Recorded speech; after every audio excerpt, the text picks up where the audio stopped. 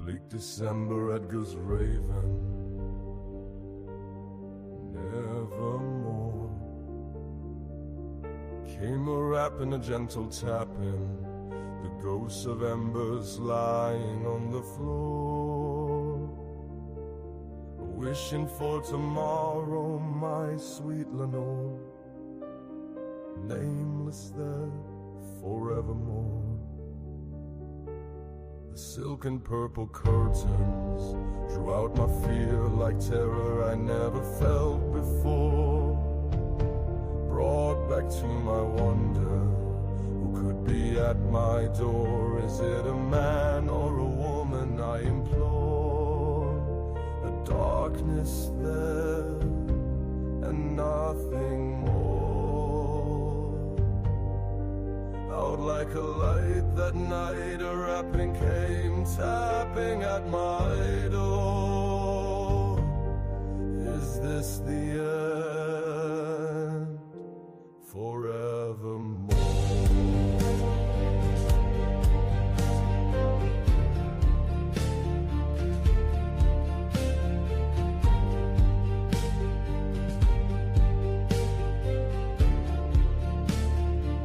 Into the darkness I gazed, a stood fear and doubt, a nightmare it seems, but only a dream.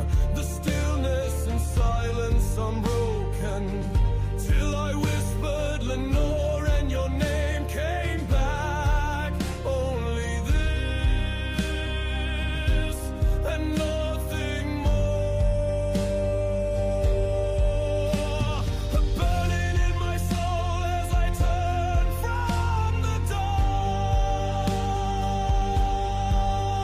But the tapping came back louder than before. It's the wind and nothing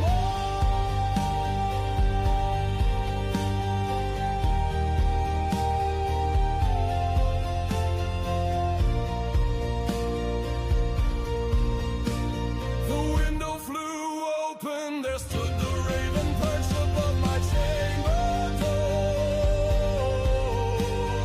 Quiet still and nothing more.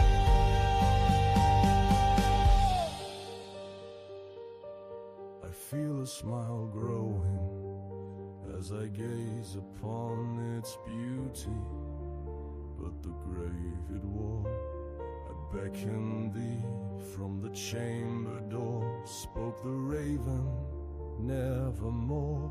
My gaze upon the raven, the word it spoke meant nothing, even the word was a bore. For this bird named Nevermore.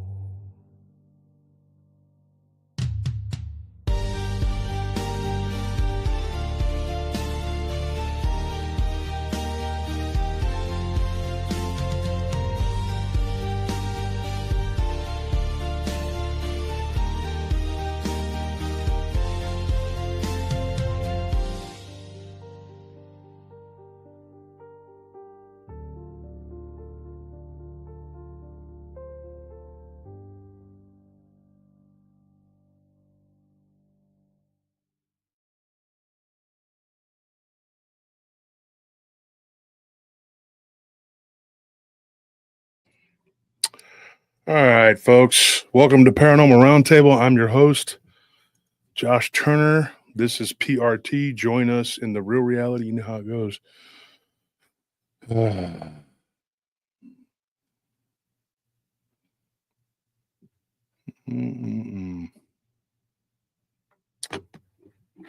boy.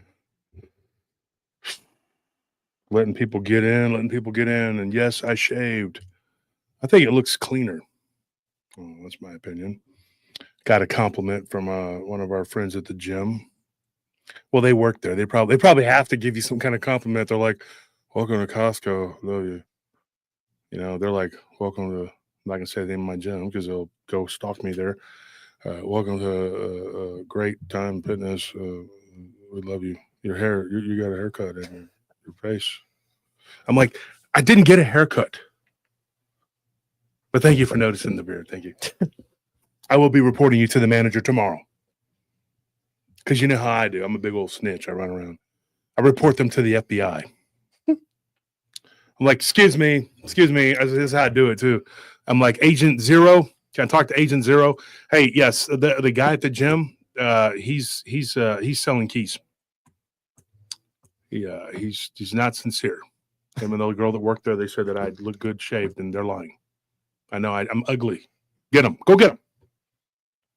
Oh, good. They're going. They're going to take care of it. That's how it works, man. That's the life of an informant. Jeez.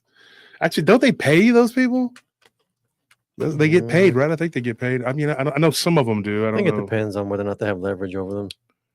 Yeah, that's true. Like, so if you just go, well, I think sometimes it's like you go snitch on people would pay you, or I don't know, or you get the pimp hand, you go to jail or whatever. Yeah. So it's because it's kind of like the mob will do that to people, like, well, go do what we tell you, and we'll actually pay you, or you just will do something too. That's what the shadow government does too. That's what bad people do. They commit blackmail and stuff like that.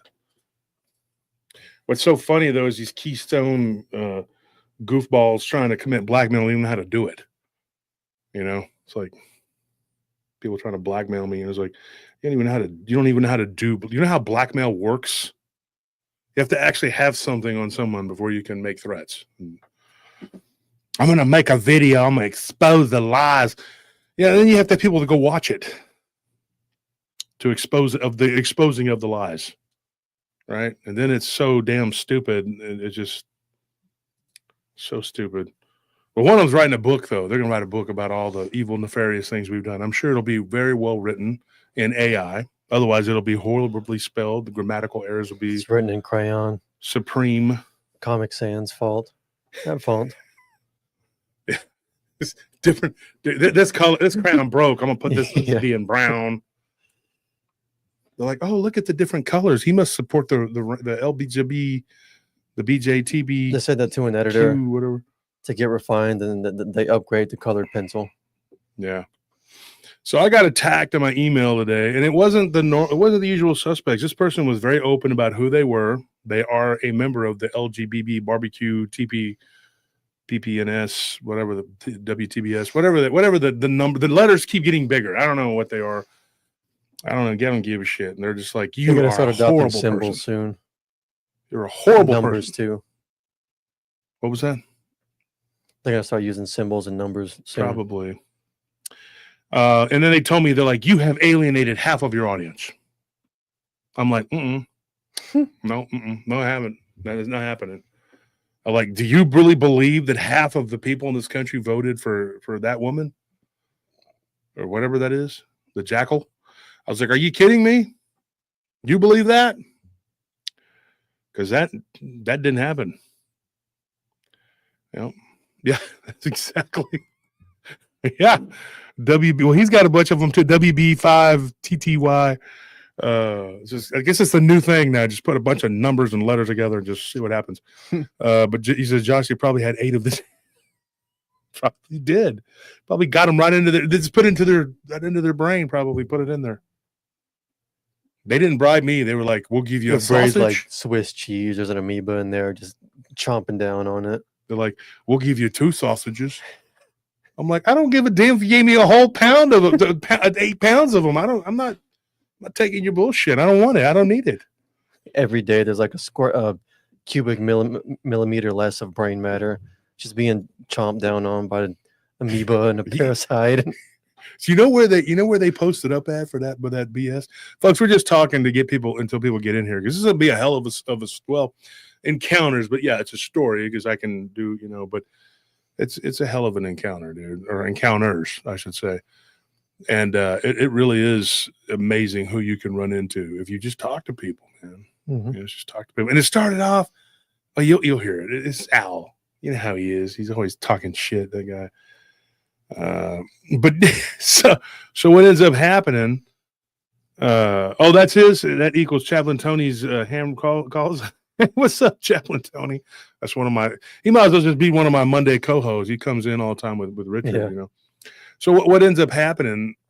This person tells me that they're going to boycott my channel. Going to let everybody know in the LGBT, the Tibita barbecue, whatever it is.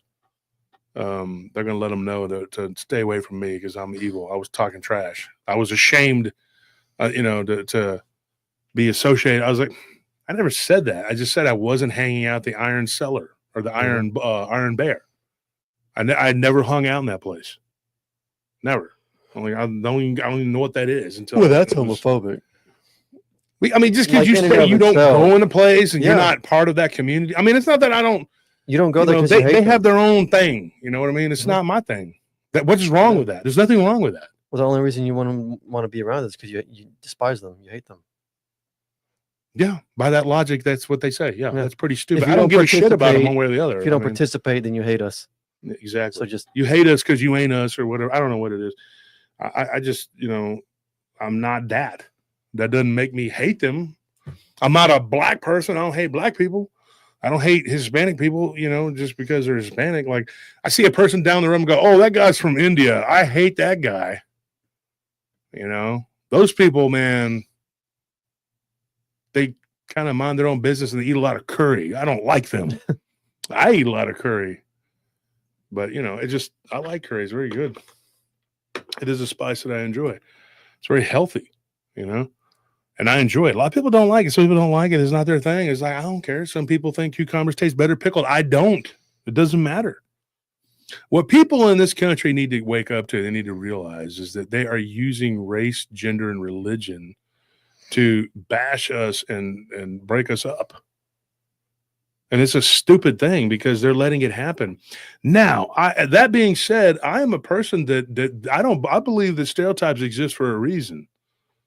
There are stereotypes that exist for a reason. Like one of my black friends, he's just, talking about Perry. Mm-hmm. He's straight up. He's one of my business partners. He's like, look, man, he's this guy that he's a black guy we did work for, and the black dude paid me. They didn't pay him. And he swears up and down is because the guy, I'm not black, so he paid me. I never had a problem with this guy. And I told him, I said, well, you have a problem with the guy? And he's like, yeah, he didn't pay me because I'm black. He thinks he can get away with because I'm black. And I'm like, well, maybe. And then he goes, that guy's credit is screwed up. So when I was talking to him, I'll call him N. Because his name is, well, I'll just be honest, his name is Nelson. Nobody who cares, But, and I don't even tell you that's his first or last name. But Nelson told me, he says, my credit ain't bad. That motherfucker, just talking trash because he's mad. He goes, and I didn't pay him because his guards were late 3 times, blah, blah, blah. He's like, when you took it over, your guards, blah, blah, blah, they had a problem. They were talking, I don't know, man. He just said a bunch of, that was like 3 years ago. But it's funny because Perry goes, he's got bad credit. I mean, just like when you think of a Karen, it's a white woman, right? That's being nosy and shit. And they do kind of fit that stereotype. Oh, yeah. I mean, they really do. Soccer mom. Yeah, they do. I mean, there's stereotypes there for a reason. People get they're just hurt to get mad, and it's just like, what does it matter? Like, it's just the way it is. You know how it is, dude. Like, like that's what makes comedy funny. You got guys like Willie Barcena. Mm-hmm. Or I don't really like him. What's that guy? George Lopez. Not mine. I don't really like him. Oh, yeah.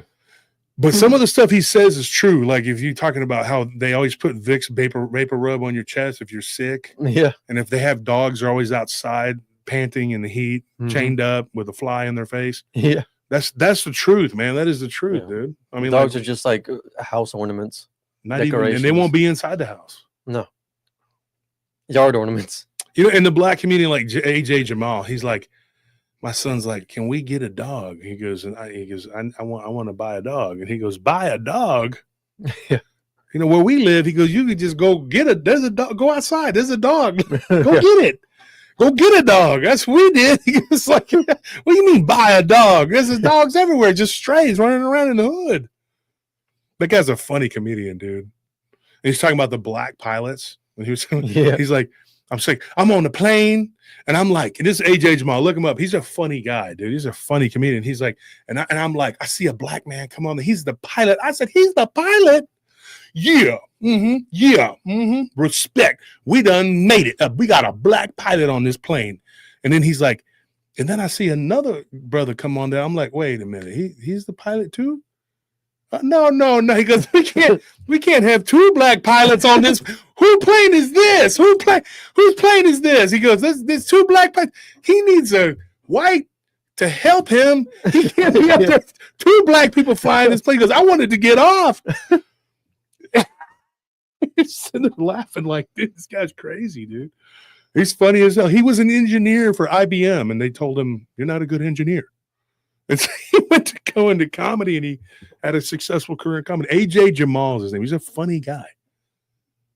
You know, and those are the best comedians, too. And they just, I'm sorry, but jokes that go into racial, gender, you know, it's funny, man. You know, there was a comedian up there, I'm not even going to say, because he was saying some stuff about, you know, Islamic, you know, like, you know, talking about how, you know, things might blow up. You know? It's just like, he goes, you know, I mean, this guy's getting loud. I mean, they're getting my taxes done, and he's yelling. And I'm thinking, whoa, he's got a briefcase he keeps reaching for, but he puts it down. You know, I'm nervous. I don't know what's going on. That's me. I'm saying this is my jokes. This happened to me. And I could tell the difference between an Indian and an Arab. This was an Arab dude, and he was pissed off, and he was getting loud at the tax office. This is me. It's one of my jokes. I did this in stand-up. And I'm like, dude, this is from real life experience. And I'm going like, he's like, no. He's like, you don't understand. This is not correct. Not correct. And he was getting madder and madder. And he's like, I am losing my patience with you. And he starts to open up his briefcase, and I keep going like, okay, I'm fixing to get up because I don't know what he has in that. I don't know what is that a tactical nuke? I don't know what he's got. You know, he's getting angry, and you're just like, I don't know, you know, like, I mean, and I got a lot of Arab friends too, man, and they'll tell you too. What's funny is some of my Arab friends, they were talking about the problem in Belgium with the Moroccans, and they were calling them crickets. I was like, what? The Lebanese were calling them. They're like, oh, those are those crickets. They're always chirping and stealing. You know, they're bad. You know, I'm like, geez, Louise. And then my Moroccan friends are like, no, man, they're always gangsters and thugs and stuff like that. And I'm going like, I'm not going to comment on that. I don't know about that. I don't know what that is. It's just what it is, man. It is what it is. Some stereotypes are the way they are. I got a friend who's straight up Jersey Italian. He really does talk like that. He's like, you know, that's bullshit. You know, like he literally talks like that. You know? And they're really handsy too. Like if you have Italian friends, like they like look at your gold, they'll be like, oh, that's real, bro. Dude, yo, that's not a fugazi, bro. That's awesome. Where'd you get it? And I'm like, well, you know, this guy was in his car, you know, and you go, yeah. I follow you, bro. Yeah. And I went over to him and I was like, hey, man, got a nice chain on. Where'd you get it? And he's like, yeah, I know. I'm like, yeah, right. And then he told me and I went and bought it. He's like, what? What? Why? I was like, because I want it. I went and bought it where he told me to get it. And this dude's like, he didn't like that joke. He's like, how old are you? I was like, I don't know, it was a few years ago. In my 40s.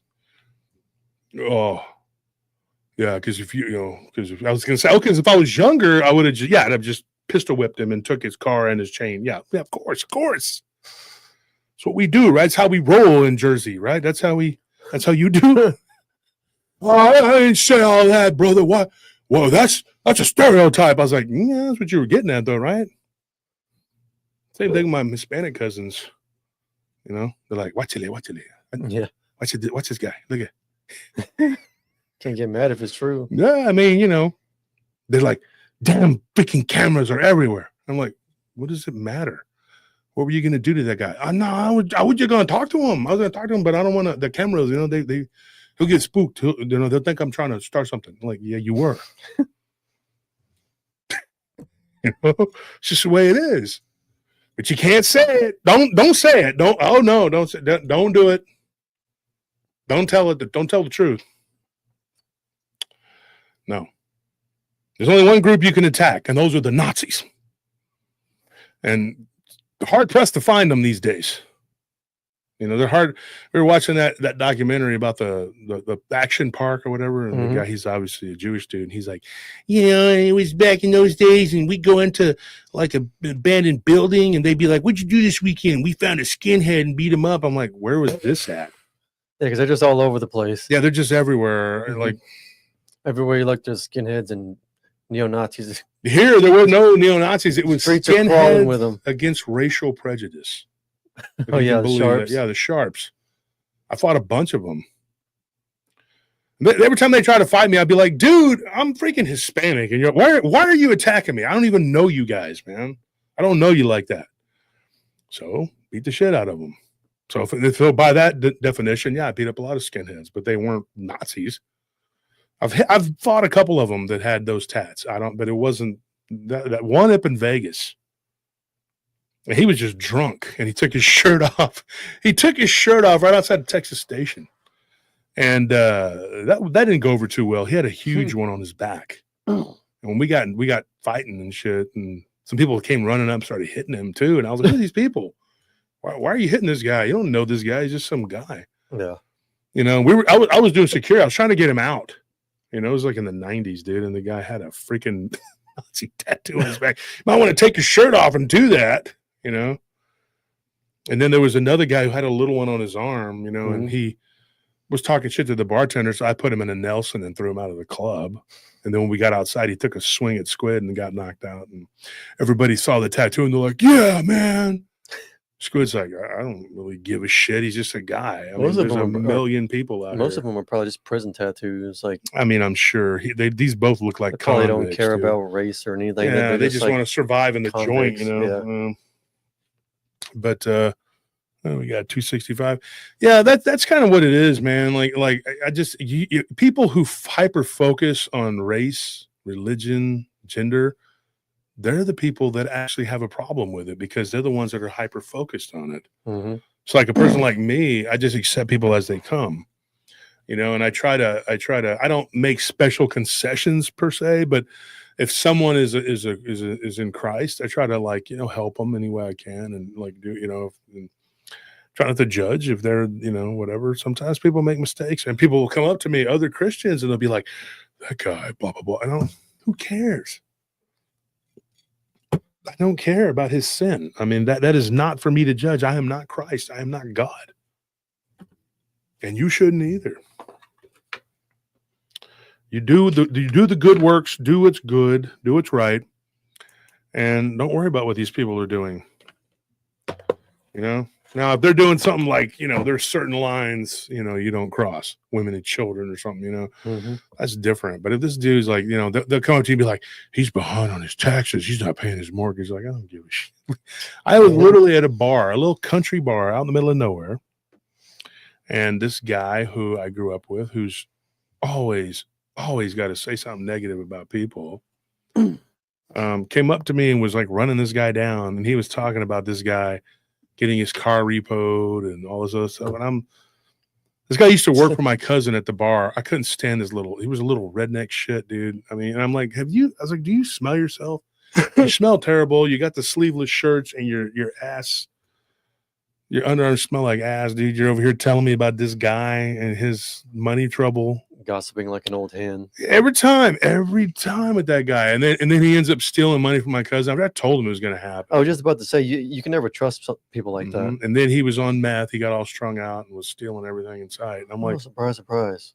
Over here talking about people, dude. Like, shut up. Stupid people. So the number count is not at the bottom of the screen. What is going on here? I don't know. I tried to get that little widget working earlier, and it's not popping up for some reason. So I tried turning it off and back on. It's just not showing up. So the ops will be tomorrow with their post, or tonight. They'll be like, they had no one in their chat. There was literally no one. There was no proof of anyone. There was no numbers at the bottom.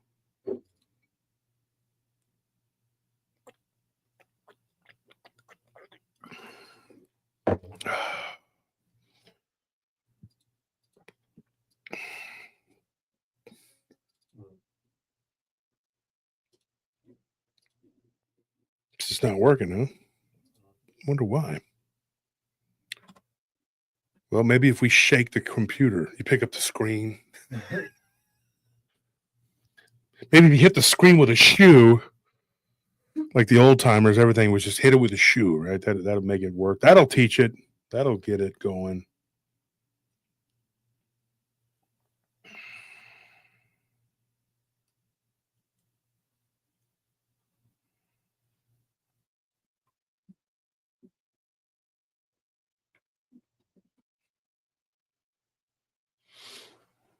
Yeah, I don't know.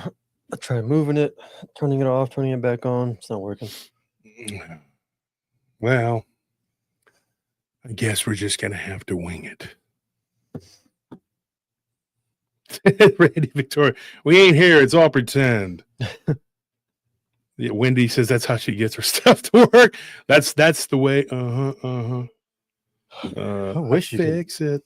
I wish you could get stuff to work like that. You start beating the crap out of it. It'd be cathartic, like every time something breaks down, because you're already mad at it. You just start kicking it and punching it. You get mad slapping at inanimate objects more than I do. It takes a long time though.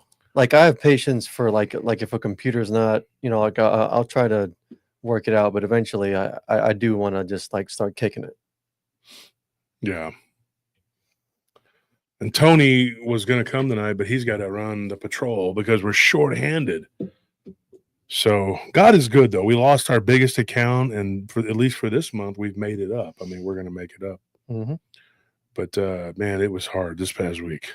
We were working. I mean, it was balls to the wall. My boss called me, Marty Gonzalez. He's got his foot on my neck. He's the real owner. He calls me up, and he's like, look here, you little turd. That's how he talks to me. Mm-hmm. He's like, you little vile turd that does what I say. Go to work, boy. He calls me boy. He spits tobacco at me when I'm in the office in the meetings. Yeah. I'm like, oh, sorry, sir. You've been demoted for being a stinky, what hotel was it at that they said we were at? Marriott. Yeah. You were stinking up the Marriott. You look like a fat old deranged old man. They said, get out of here. Oh, boy. Oof. I was just shaking in my shoes, man. I'm really his gopher. I'm his step and fetch it. Yeah. He tells me snaps. He's like, go. He's like Boss Hawk. He's eating chicken. And I'm like, Garcon. I'm Roscoe. Yes, sir, boss. What you want, boss? I go, I'm going to get them Duke boys. Don't worry. And I run out in my chasing after the General Lee in my cop car. That's what they want. They want to believe that. Truth is very different. Very, very different. But we don't have that kind of relationship. We pretty much get along, man. We're usually mad at the same people. It's weird. Because when somebody screws up, we're just like, even if we argue for a little bit, we just get mad at somebody else because that's why it started. And I'll just be like, look, we didn't even have this debate if this person hadn't done what they did. So we don't really fight with each other too much. It's usually fighting with dummy people that, people think it's so easy just to go start a business too. Good luck getting paid. We have a system, and it works, but it can be really hard trying to get paid. Everybody thinks they want to start a podcast. They think they can be on YouTube. They think they can write books. They don't think it's easy. I'm going to write a book. It's okay. AI generated shit, whatever. Get somebody to write it for you. If you can't write, like my fingers have been all tore up, like I've said this before. So get somebody to write it for you. Just make it yours, though. Make sure that they write what you want to write, Mm-hmm. And pick people who are versed in writing a book. Just pick people who are versed in writing it. It's still your book. It's still your work, That's pretty much it, man. I would do that, especially for the first go around. That's what I did, and I think it was the smart move. A lot of good information in those books. Buy the books, I'm telling you. And I don't buy it to make me money. You ain't gonna make me no money. I make a few bucks off of the book, but it's just a good book. They're good, it's good information. So you have to look at like when these people, they think they can start a security company, right? Is everybody's starting one, and then they realize how hard it is to make payroll and how hard it is to get paid by the client. And then they're like, "Oh, this sucks." Yeah, small business owner, been doing it for over 20 years, man. I'm 18 years with this company that I'm with. Man, I have put a lot of blood, sweat, tears, and money into this business. And we have multiple partners, and one of them was on the show the other night. Chris, he actually subcontracts for us. He's a good guy. I like Chris. He was a former priest, and just like I said, he decided, I want to get married. And his wife is very cool. He's a cool person. Oh yeah. And he had a hell of an encounter with something. We were talking about clowns and werewolves and the connection. Now we've got 330. Let's talk about our story for tonight. Now that we got some people in here, guys. Thank you for listening to me ramble for 30 minutes to get everybody in here, because people will come in and you can't rewind, and they'll be like, where am I at? Let me see here. Oh, I'm in the middle of this. But anyways, what ends up happening when you are out driving around? This was years ago. The year was 1993. A long time ago. And this guy that this happened to, now here's how it happened. I'm going to say how it happened.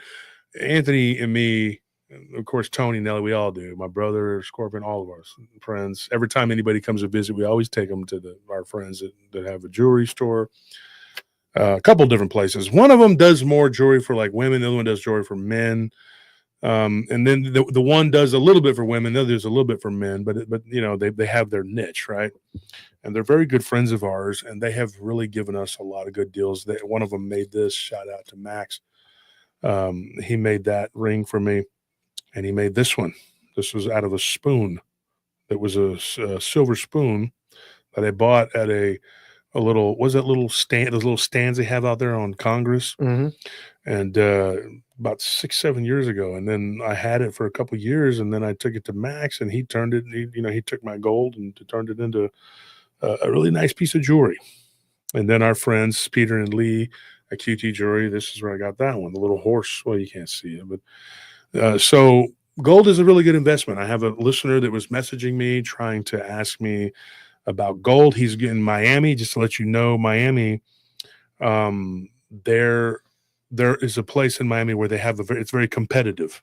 So you might be able to get, of course, St. Thomas, but that's not, Miami, but you can go, it's not far away, and you can get, I think it's a duty free or something, I think, down there. But anyways, he was messaging me, and I thought you guys might want to know this if you're interested. It is a good place to buy jewelry down in Miami. I've been there, but I have not bought jewelry there. Well, I did. I bought a silver bracelet like a long time ago, but nothing recent.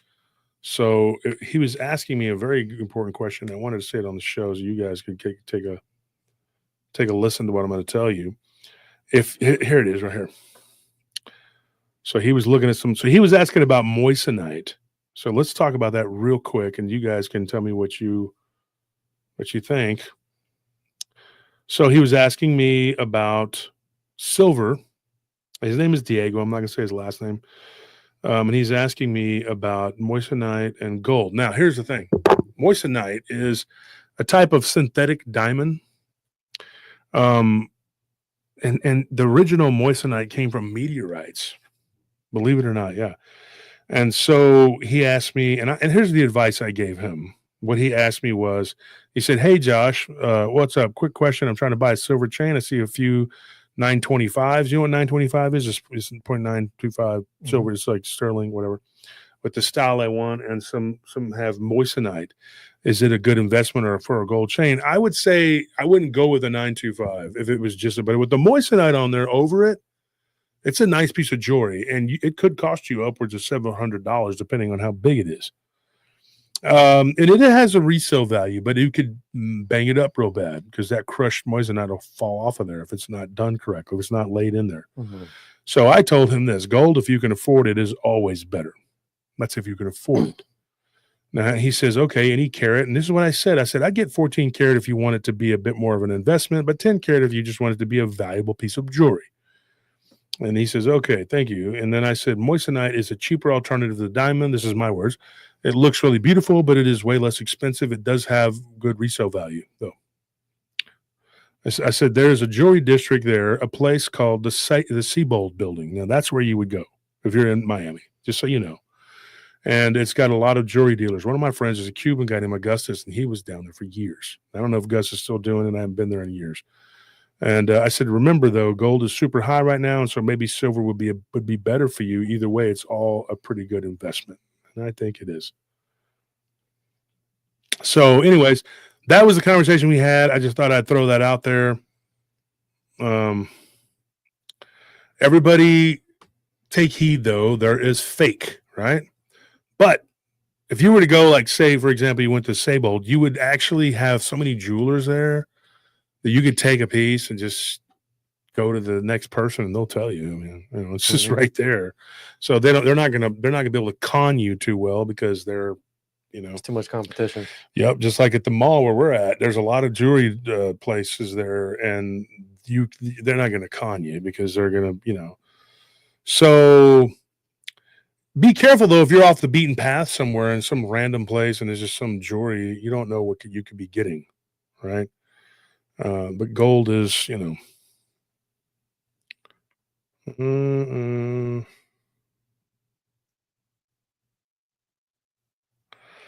silver can be pretty too, man. It is. It can be. I've got a few silver pieces. I don't wear them much, but there are upsides to everything. And remember, everything is an investment right now. I wouldn't buy too much fake. And not because I'm being snooty or anything like that, but a lot of that stuff has metals that aren't good for you that could leach into your skin, into your body through your skin because they're made with these alloys that aren't good for you.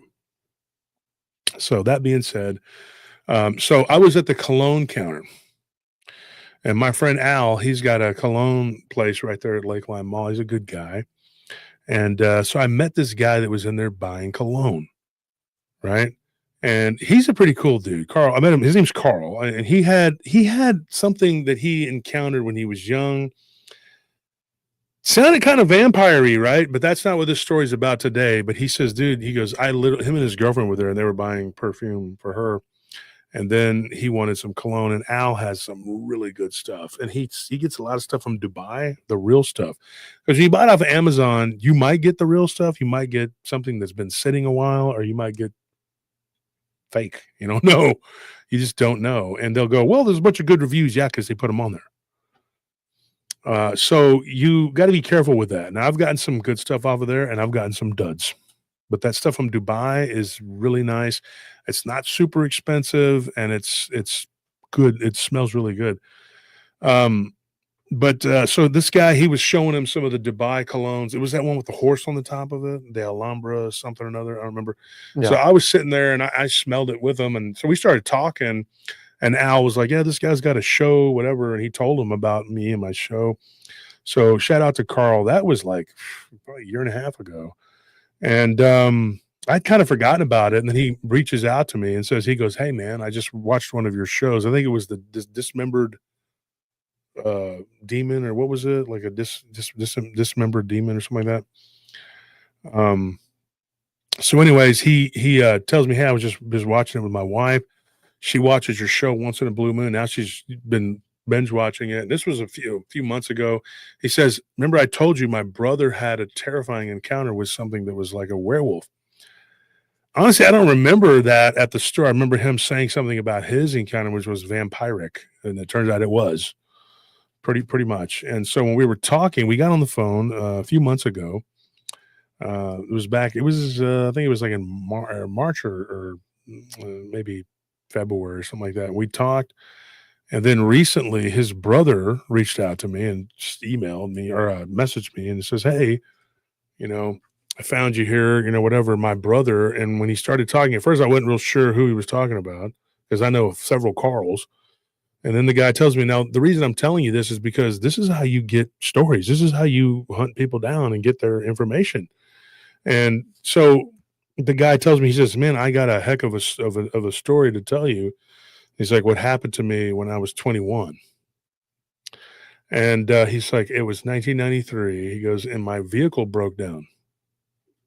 It sucks. He had a radiator problem, man. And this is back when you didn't have like cell phones, so you broke down the side of the road. You were taking Tennis Shoe Express, or you were putting your thumb out. You might want to get one of those big Acme thumbs from the Warner Brothers cartoons. To the gas station. Yeah, you start walking.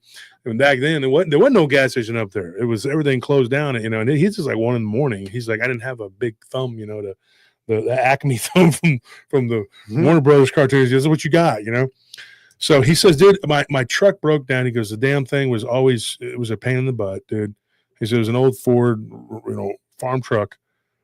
And he goes, "And my brother had the nice new truck, and he goes, and it sucked, He goes, "I ended up with this, whatever."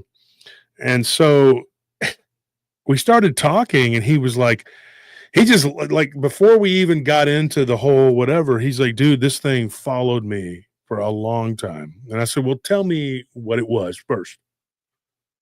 And he's a very funny guy.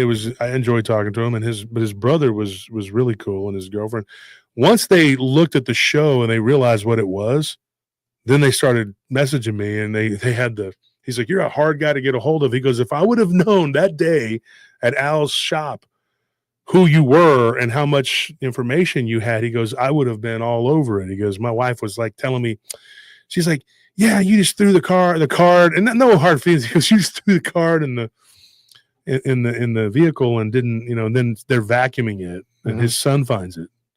His son's like, "What is this?" And he's like, "Yo, it's a card from a guy's show."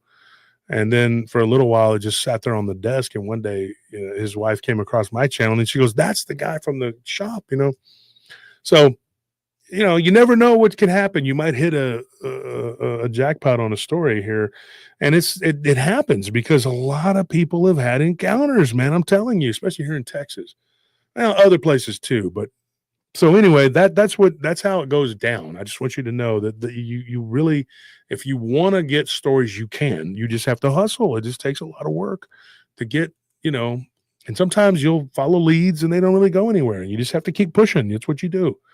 So anyway, shout out to him. Carl's really nice. Samantha, I think, is his no, that's his brother's girlfriend. I forgot her name. I'm sorry. I think it's Elizabeth or something, or Liz. If I'm wrong, I'm sorry, but shout out to Carl and his wife.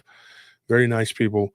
And so his brother reaches out to me, and his brother's name is Jody. And Jody tells me an incredible story. He goes, "It was 1993, and get this, it was in October, and it was 2 days before Halloween." That's interesting because what I saw, it was 3 years before on Halloween, right? And so he pulled over, the thing is smoking, steaming, whatever. He goes, "My freaking radiator, dude." He goes, "And what really sucked, dude," he goes, "I just replaced the hose on it. Them old farm trucks, they're made to be out in the farm."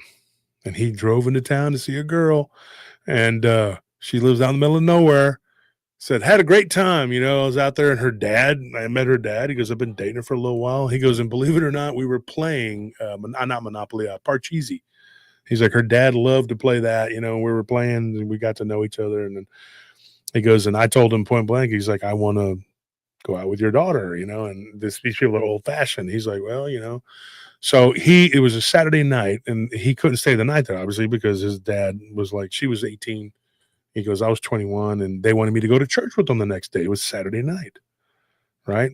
And he said it was a couple of days before Halloween, or a few days before Halloween. I don't remember. It was right around Halloween. Or maybe it was after Halloween, but I think it was a couple of days before. Somebody can look it up on a calendar, maybe find out. But anyway, he says it was around Halloween. I think he said it was a couple of days before, and it was the weekend. So anyways, he gets stranded. He gets pulled over, on the side. And this is why it's important, because he thought that it was somebody in a costume at first, right? We were talking about, with Chris coming on, talking about that werewolf thing he saw that looked like a clown. That's not what he saw, though. What he saw was something different. He's sitting in his truck. He's like, and he goes, it was just kind of cloudy, it was just kind of, overcast, whatever. He goes, and you could just see it. He thought it was going to rain, that it didn't. And he goes, I'm just sitting there. I'm just like, what is this? I get this feeling like, so I get out of my truck. He goes, and I'm smoking a cigarette. And I didn't want my girlfriend's dad to know that I'm smoking cigarettes. I dip snuff and smoke cigarettes. He's like, and I was getting my plumber's license. He's like, and I'm getting out, I'm smoking a cigarette. I had a bunch of PVC pipe stuff in the back. He's like, and I'm moving stuff around, and I'm trying to find anything at all that I could use.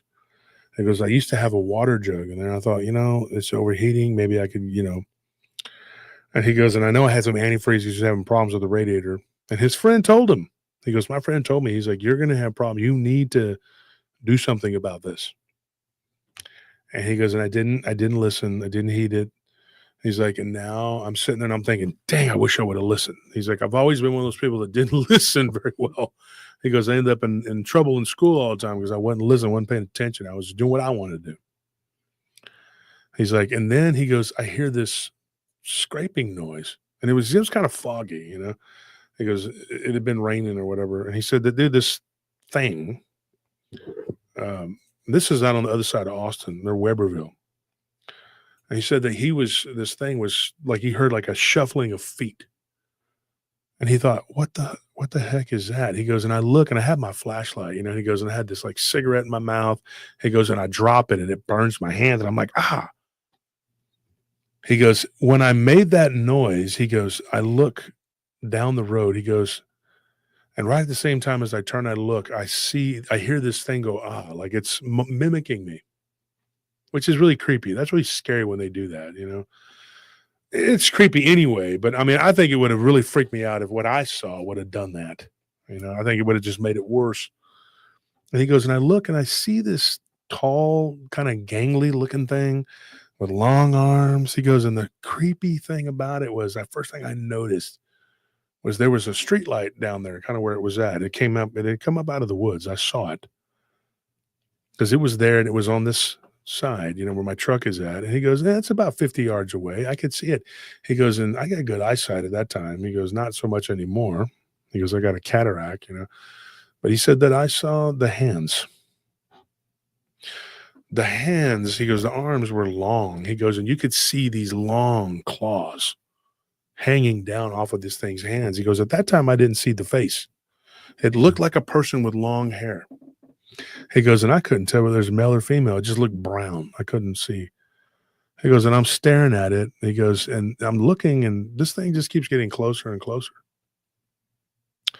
And he says, dude, as it got closer to me, he goes, I started to make it out. Once it got about 30 yards, it was just walking slow. He goes, but you could hear it scraping. The feet were scraping.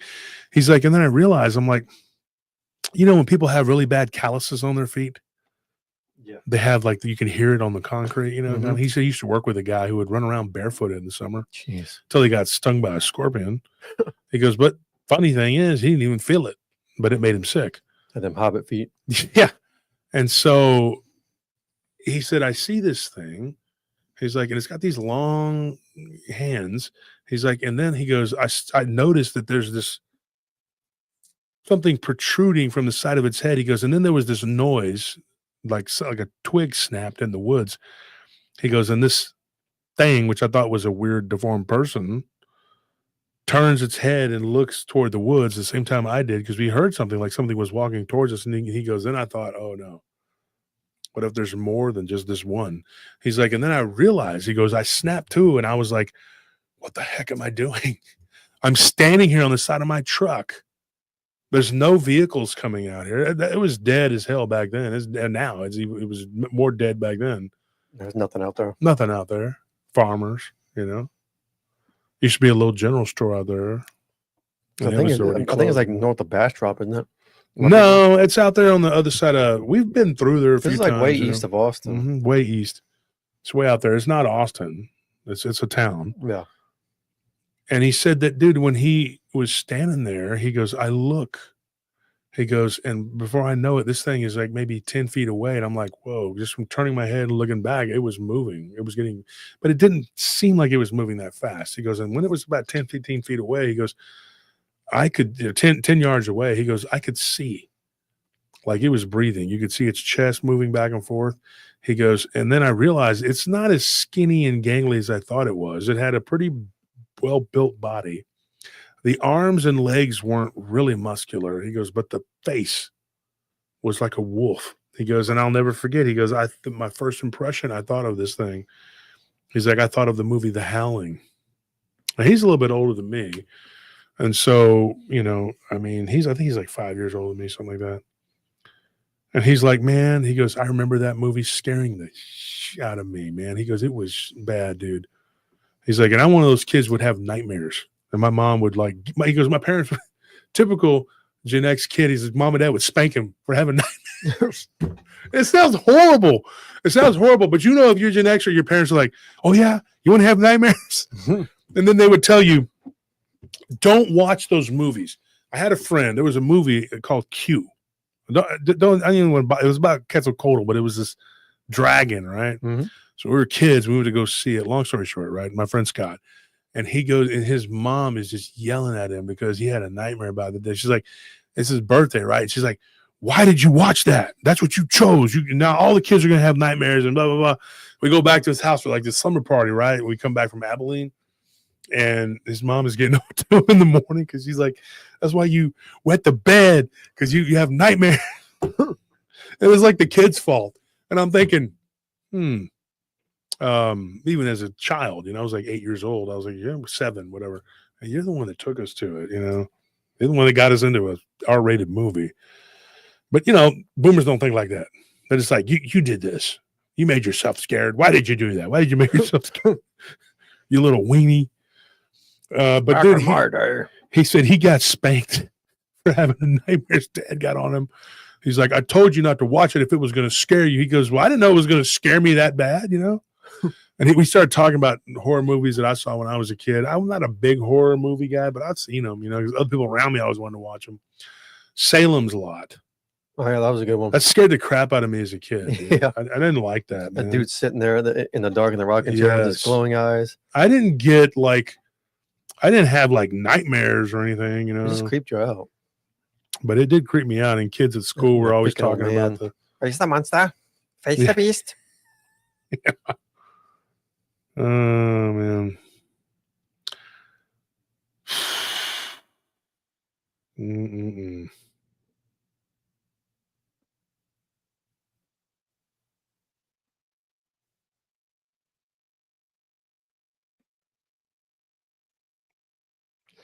So anyways, yeah, so I was right. It was October 29th.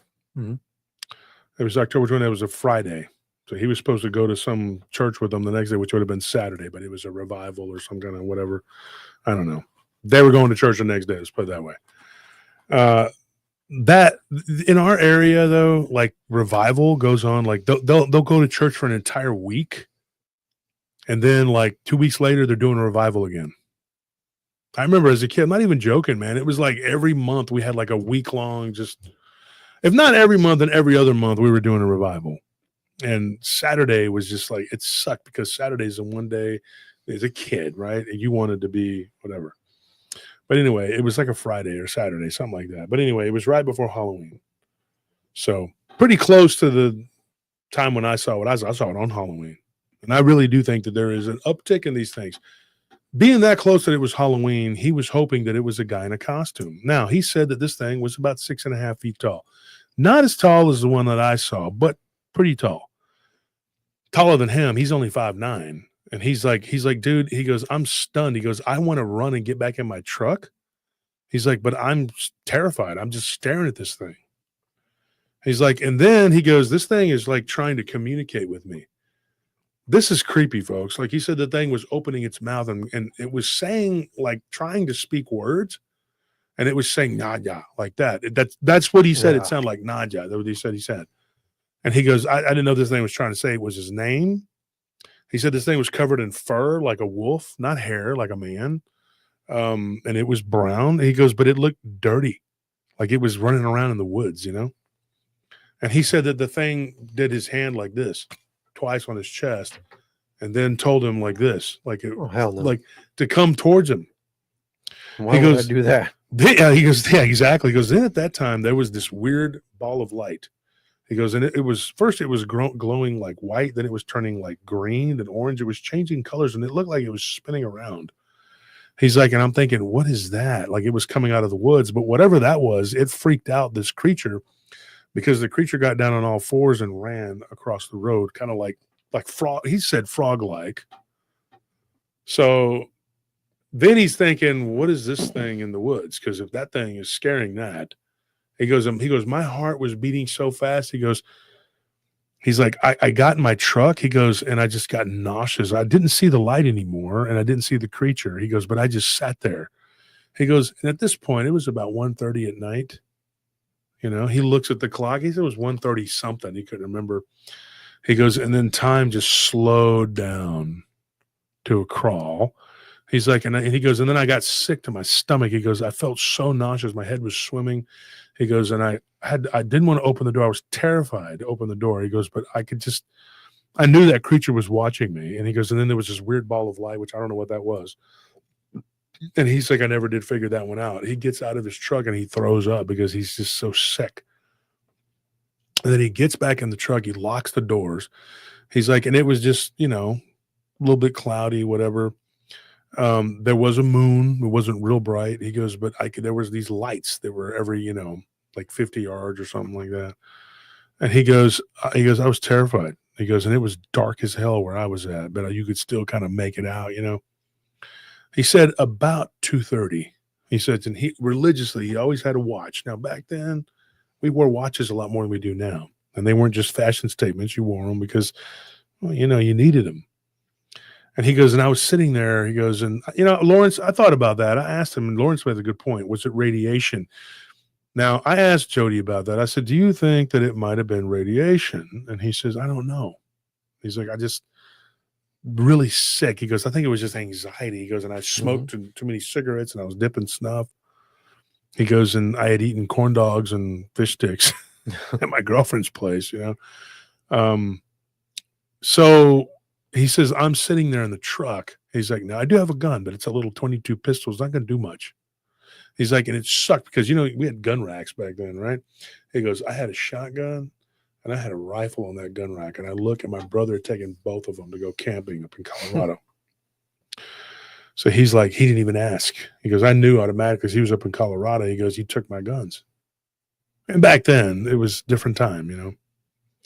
And he says, dude, I can't help but think, you know, this thing is watching me. He goes, and then about 2:30, he's like, and I'm thinking, man, and it's like, I've seen one or two vehicles go by and I've tried to wave them down, but I couldn't get out of the vehicle quick enough.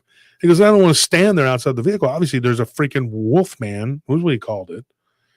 His words, not mine. He goes, a freaking wolf man standing there, you know. He's like, and I'm thinking, well, maybe this thing is gone.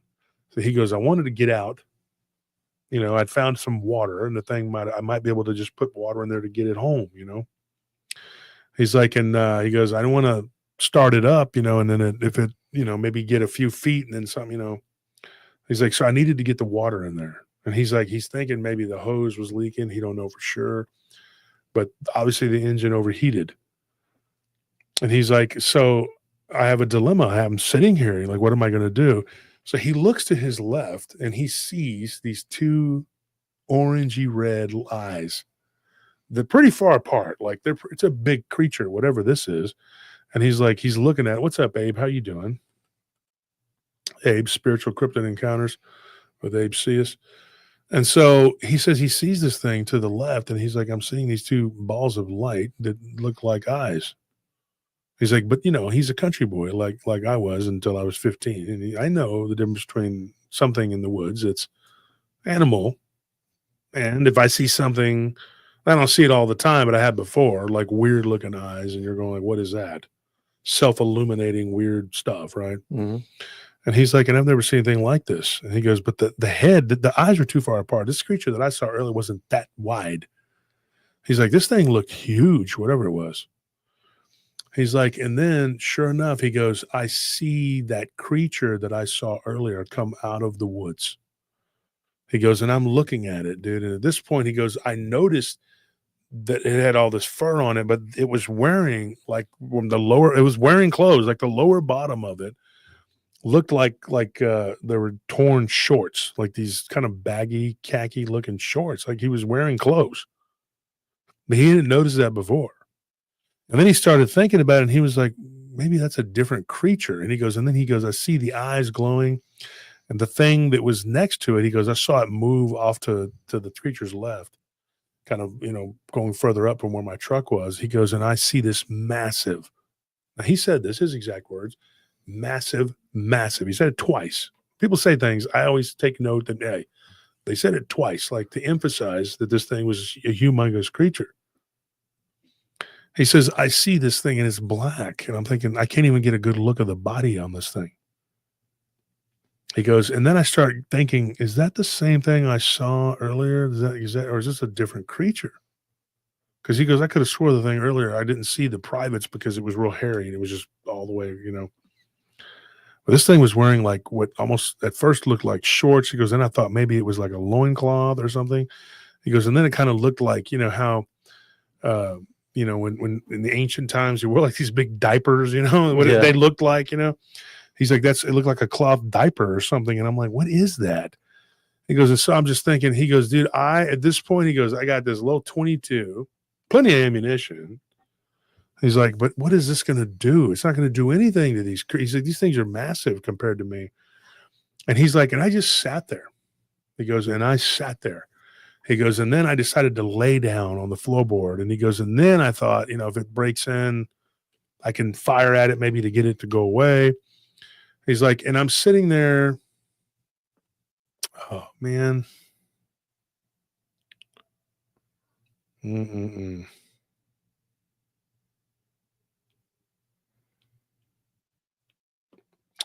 Work stuff. Something always going on. So he says, I'm sitting there, and if I go down into the floorboard, maybe I could, shoot up at it or whatever. He goes, I don't know what to do. He's like, dude, I had just turned 21. I'm like, why is this happening to me? And I told him, I said, why did it happen to me? Why does it happen to any of us? Who knows?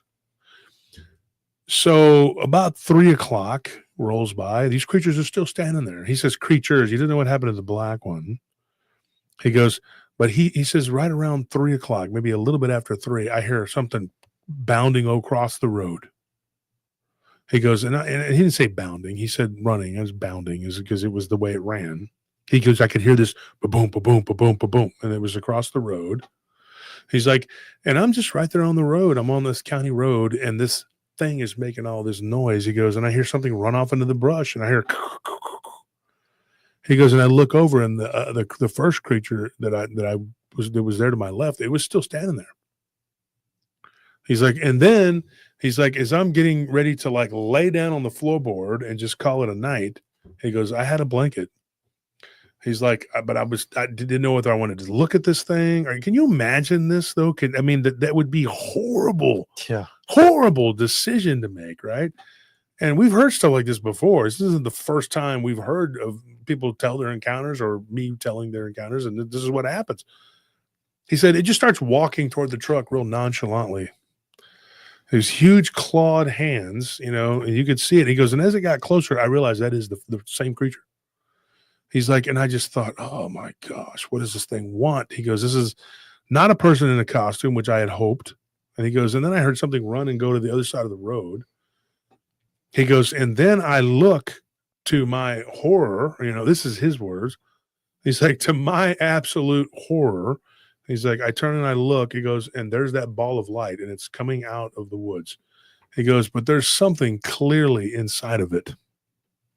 He goes, and it's weird. He goes, this is weird. He goes, it looked like this black swirling mist that was moving around inside of a ball of light that you could see through. He goes, and it went over the top of my hood. He goes, and I got to look at it. He goes, and you could see a face inside of it. Like there was something in it. He goes, and then I look to my right, and there is this creature standing on all fours. He goes, it was distinctly different from this other creature. He goes, it looked almost bear-like. He goes, but it wasn't. It had the pointy snout like a wolf, but it was just so big and bulky and massive, at least 7 foot tall. And he's like, there's multiples of these things. He's like, then he sees what he is like a flash of light, and he kind of gets blinded for a second, and then there's a third one. So that ball of light, it may have startled that other creature, but obviously they're all together. You know, there's multiples of these things.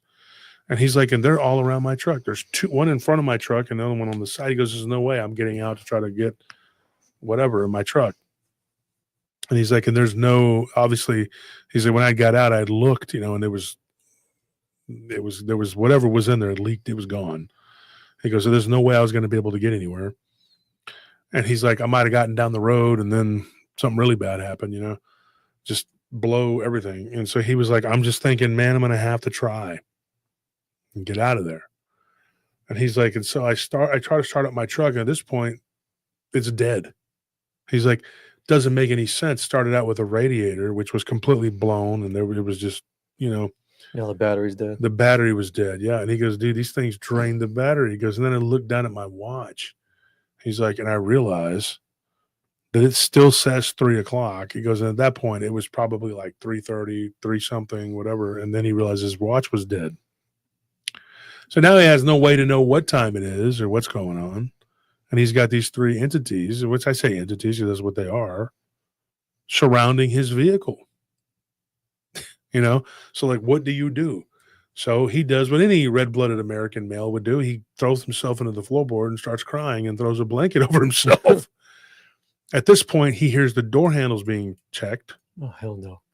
On both sides. And then he hears, like, they're smacking the glass. And then he hears what sounds like communication, and they're grunting and making noise. Now, at this point, because this guy doesn't know jack about Dogman, Werewolf, whatever. He's here in Texas. We don't know what the hell that is, right? And he's just like, I don't know what this is. I don't know what they are. He goes, and I'm crying. I'm crying. He goes, and I'm not going to lie. I wanted my mom. He's like, you know, my mother, I just was like, I wanted to tell my mother and my girlfriend. Didn't have a very good relationship with his dad. He goes, but even my dad, who was an a-hole, I wanted to tell him I love him. I want to tell my mom, everybody, I love him. He's like, and I remember my grandmother telling me.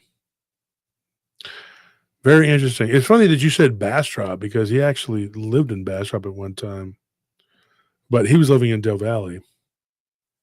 And he said, I remember my grandmother telling me not to go out there, you know, and not to ever out there where his girlfriend lived, not to ever stop for anybody or anything. So I went and I looked back on this, and I personally didn't have any other encounter from Weberville, but one of my friends from Maynard who gave me a story about the bridge. What's it called? Goatman Bridge. What is that bridge? Will Barger Bridge? Will Barger Bridge. Friend of Loki and Chiefs and them was always talking about stuff out there.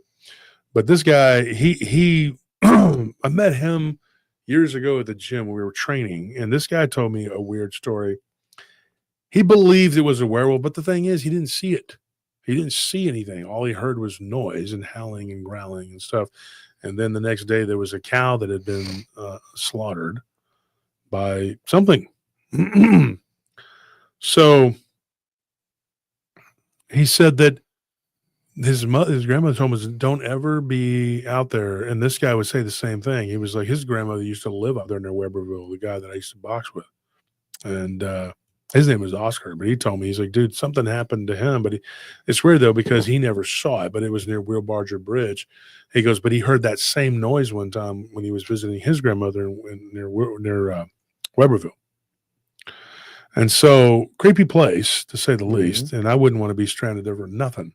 And I've thought about driving when I've driven through there before. I'm like, man, if you broke down, you'd be screwed, dude. Yeah. It's like them little county roads out there in Thorndale where people see them damn Bigfoot with the gray faces. Mm-hmm. And those people that we covered an encounter of those kids that they were out there and those things were attacking their car. And they threw rocks, I think, and broke the windshield or whatever. Man, to hell with all that shit. You better have some stuff to take care of your vehicle if something happens, you know. And now we got cell phones. You start calling people, maybe if you get a signal. Some places don't got no signal. But yeah, I mean, the guy's out there and these things are around his truck. And so he lays down and he says they're slapping the glass. They're trying to get in. And he goes, and then I hear something like boom, boom, boom, like something's on the hood. He goes, and I hear something smacking the windshield. You know, those vehicles back then, though, they were built a lot better, a lot stronger. You know, the body was more, there was more steel. And he said that this thing was smacking on the windshield. He goes, and at that point, he goes, I decided to look up out of the blanket, and I see one of them just standing there like this, clawed hands on the window, and it's like breathing onto the window. He goes, the eyes were just fixated on me because they were not blinking either. They were just staring at me. He goes, and I felt this overwhelming feeling of hate. Like he goes, I didn't really feel it from the other two. They just seemed like they were more curious or they were doing, because, but that first one that was standing there in my window, he goes, it was like it hated me. Like it wanted to unalive me and eat me, you know. He goes, and then I look up and I see this big furry one, just more darker, like a chocolatey color from what he could tell. And it was on the whatever. And he goes, and I knew there was another, that big black one was on the other side of the window. He goes, and they kept trying the door handle and pulling on it. He goes, then I heard poof, poof, poof, like it was cracking the window. He's like, and then a vehicle comes. And he goes, I don't think it's by coincidence. And this vehicle's driving by. He goes, and then they slow down. He goes, and get this. He goes, I can hear talking from the truck. And he goes, and as it slows down, he goes, these things retreated into the woods. They got off of the truck real fast. He goes, and then I heard like these people going, what the hell? And they rolled their window down. He goes, and then I hear like they're backing up. And they're like, did you see that? What was that? And then he pops up and they're like, oh shit, you know, and one of them is literally in the back seat of this car and he's got like a shotgun. He's like, no, please don't shoot. He goes, and he jumps out. He goes, and he leaves the door open and everything. Blanket was dragging behind him. And he tripped and fell. And he's like, help me. And then he goes, they started to drive off because one of these creatures started to run like underneath the truck. Oh, and he goes, I look back and I kick. And he goes, and I felt my foot kick the snout of it. He's like, and I crawled. He's like, and then I grabbed the hand of this poor girl and I ended up yanking her halfway out the car. And we both fall down again. And then she's yelling at her, which turned out to be her older brother. She's like, stop the car, you dumbass. And he's like, there's a werewolf right there. So then he jumps in the car with them in the back seat. He goes, I literally sat down and laid on top of this poor girl. She was a 16-year-old kid. He's like, and I'm sprawled out. And I'm like, you know, and he goes, we're driving down the road. And he's like, I'm Jody. And she's like, I'm Amy. And he goes, we take off down the road. He's like, and those kids were like, what the F was that? What was that? And he said, the guy on the passenger side was just kind of like, you know, like not even responding. He goes, and then I realized, he's like, this is his words. He goes, this motherfucker's drunk and high or something. He goes, whoa, man, was that real? And they were just like, the driver was like, yes, that was you stoned ass dude, whatever. He goes, they start kind of berating him. He's like, and then I realized there's another girl and she's just like sitting there and her eyes are big and she's just like, what was that? And so he said, dude, the girl that he was laying on top of, her name is Amy. He's like, and she turns out to be a really nice person. You know, he goes, and we are driving down the road, and he goes, we're going like 70 around curves that you're supposed to be taking 45, you know, 50 on these county roads. He goes, and inevitably we end up going off the road. He goes, and we end up going like on a ditch, and we're going sideways like this in this sort of sedan. He's like, and then we end up like going up over a culvert in the gravel, and we hit it, and it was like, boom, it bottoms out. He goes, and I start hearing the car like making this noise. And then they're like, oh, hell no. So then they take off down that county road. And then they go, and he goes, we must have been going about half a mile down the road. He goes, we cut up back onto another county road. He goes, and then we realize the tire is messing up. And he's like, and then I realized we're on the rim. We're driving on the rim. No. So we're going down the road. He goes, we get about a mile down the road, and then he's like, we got to stop. We're going to tear the rim up. He goes, and by the grace of God, he goes, we get out. He's like, me and this useless guy. He didn't say his name. He says a useless guy that was like standing there stoned, smoking cigarettes. He goes, and the other guy who was obviously stoned too, but was coherent. He goes, we got to get this spare on. So he goes, dude, we did it in record time. He goes, and then I think we probably didn't tighten the lug nuts correctly, but we felt this like as we're going down the road. Luckily, they lived a couple more miles, and then we got down this long stretch of road.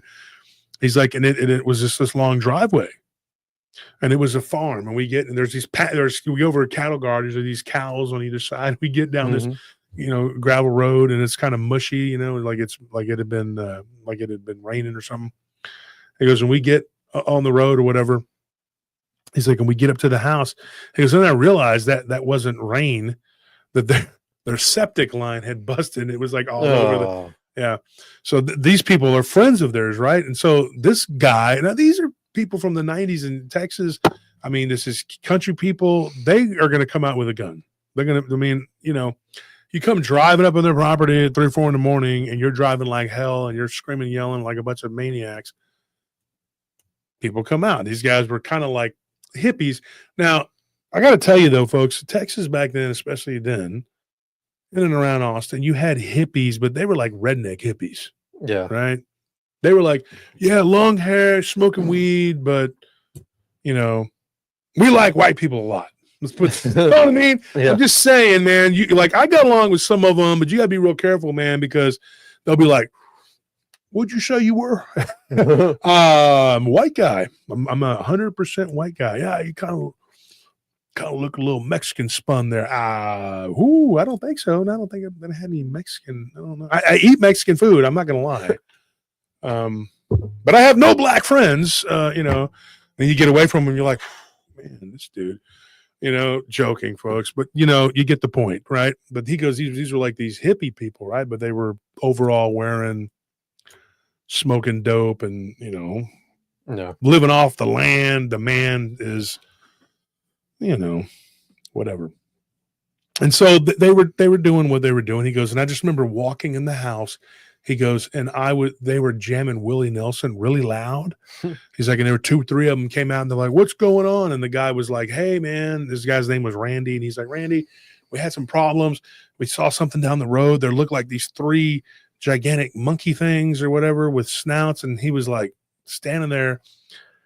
And Jody was like, monkey things. He goes, those were werewolves, dude.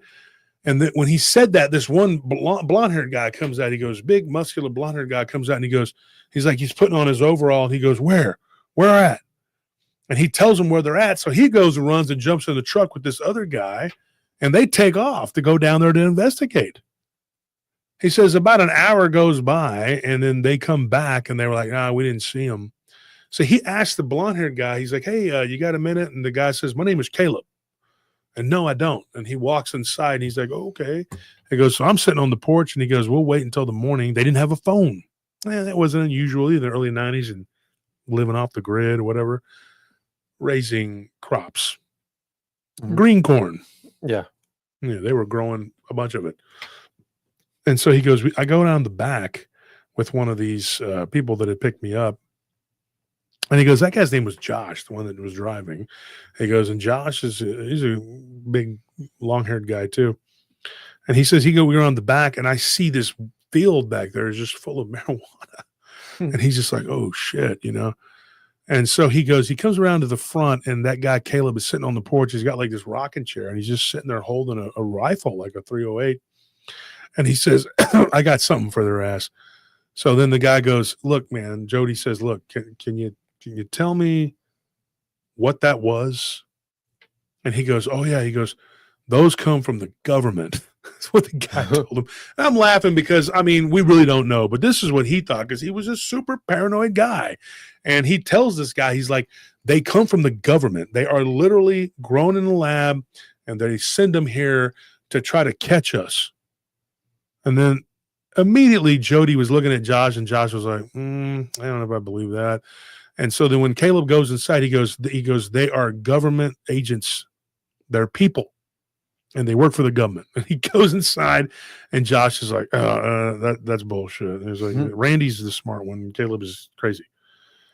And so Randy comes out and he's out there. He goes and literally he offers him some food and some drink, you know. What he thought was like a bottle or a glass of like Kool-Aid. He said, and when I first put it to my mouth, I smelled it. I was like, oh, what is this? And he goes, oh, we were just drinking some punch, you know. And he goes, okay. And he goes, you have anything else? And they're like, no, we got water. So he goes inside to get some water. And this is just funny.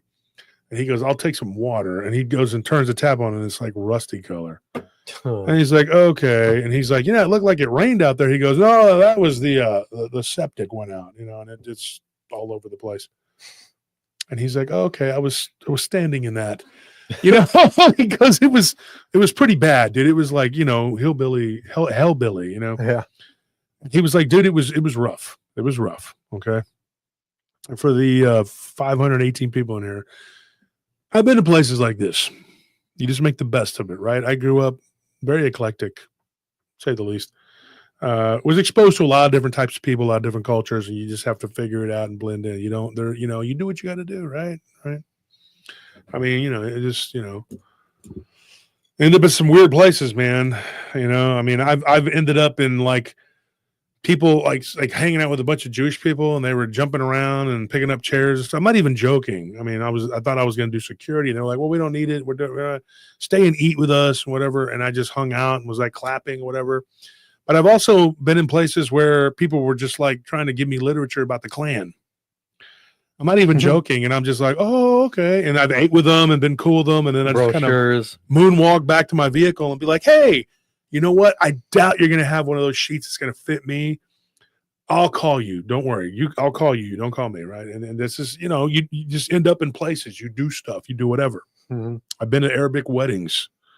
You know, I've hung out with Kurdish people. I've hung out with freaking, you know, Taiwanese people. Trust me, I've been around. I've been everywhere, man. Okay. But I always ask people about their culture, and I get to know people, and I say, you know, whatever. And so I just, you make the best of it. You do what you got to do, you know, especially when I was a young guy and I was traveling around, you know, what was I going to do, man? I ended up in Fresno, and these gang members were set tripping on me and stuff. And I was just like, oh, okay, yeah, it's all good. And then down the street, they started shooting. And I was like, is that for y'all? Because I'm technically not one of you. I respect the dog pound, the Bulldogs, all right? But I'm really not one of you. So I don't want to, you know, because if y'all getting shot, you know, I probably, you know, should go like you originally suggested. I think I'm going to do that now. You just, you know, you do what you got to do, right? And you get shanghaied, whatever, you know.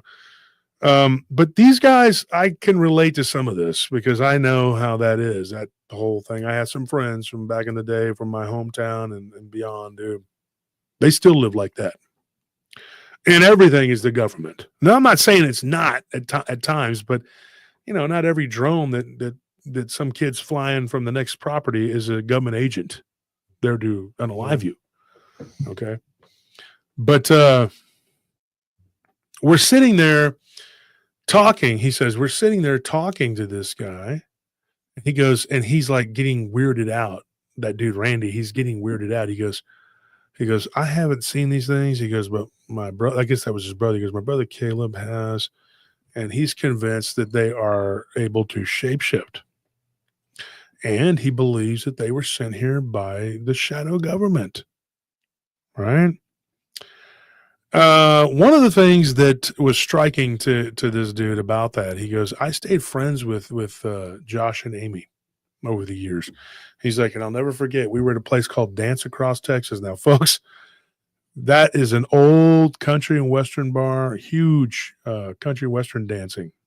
I did some security there years ago, bouncing for a guy named Dennis who used to work there. And I was taking a hiatus from my club at that time. That I was, because I was burned the hell out at that hip hop club, and people were trying to kill me. So I was like, you know, but I still wanted to work, and and I have it in my blood, you know, to be country. I mean, I really do. 15 years of my life, I was in the sticks, not in the hood. And so I went there and I worked for about 3 weeks over there, or 2 weeks, whatever. And I enjoyed it. I really did. So he goes, we were at a place called Dance Across Texas, and they were having this Lone Star Squares. It's this whole thing, right? So he goes there and he goes, and I run into Amy and Josh, and it was about 2 years later. He goes, and Josh tells me, this is the twist right here. Josh says, ever since that night, he goes, I have been plagued, absolutely plagued by something demonic. And it started out, he goes, I moved out of my parents' house. Josh tells him that because he was a 19-year-old when this happened. He said, and I moved out of my parents' house. He goes, and it started following me when I went to go live with Randy and Caleb. And these creatures were going onto their property. And it didn't mess with Jody. Like this, it didn't follow him. Mm-hmm. It followed this other guy. That's the weird thing. Jody was that he was done with it. Whatever happened, he was just like, he goes, I put it in my rearview mirror. He goes, I went back and got my truck. He goes, you better damn well believe it was broad daylight the next day. I was scared to death. He goes, and my dad was out there. He goes, and my dad was nervous because even though it was a little more traffic, I told him what had happened. He goes, my dad actually believed me for once because his dad had something weird that happened to him. His dad saw a Bigfoot type creature on the other side of Caldwell County one time. And his dad believed in that. So he's like, I don't know what these things are. If they're not Bigfoot, he goes, I think they're Bigfoot. And he goes, I don't think so, Dad. They had snouts. They looked like wolves. And then, the other guy, he was trying to say, like, oh, well, these things aren't, they're monkey. Josh was saying that. Yeah. He didn't get a good look at them. But he did when he was staying out there with Caleb and Randy. He goes, and honestly, I think they came for me. He goes, I think taking Jody, and this is what he said, because I actually talked to him too. Now, I didn't talk to Amy, but I talked to Josh, and Josh said, look, he's like, I don't think that these things were happy that I took him away from there. And he goes, I don't think that this is Josh's opinion. He goes, I don't think after talking to Jody, and maybe not, he goes, I don't think that it was as long of a period as he thought it was. The funny thing is, as soon as he saw the creature, he looked at his watch. He thought it was 1 something, whatever. Well, when they picked him up, it was almost 5 a.m. He thought it was 3 something. Yeah.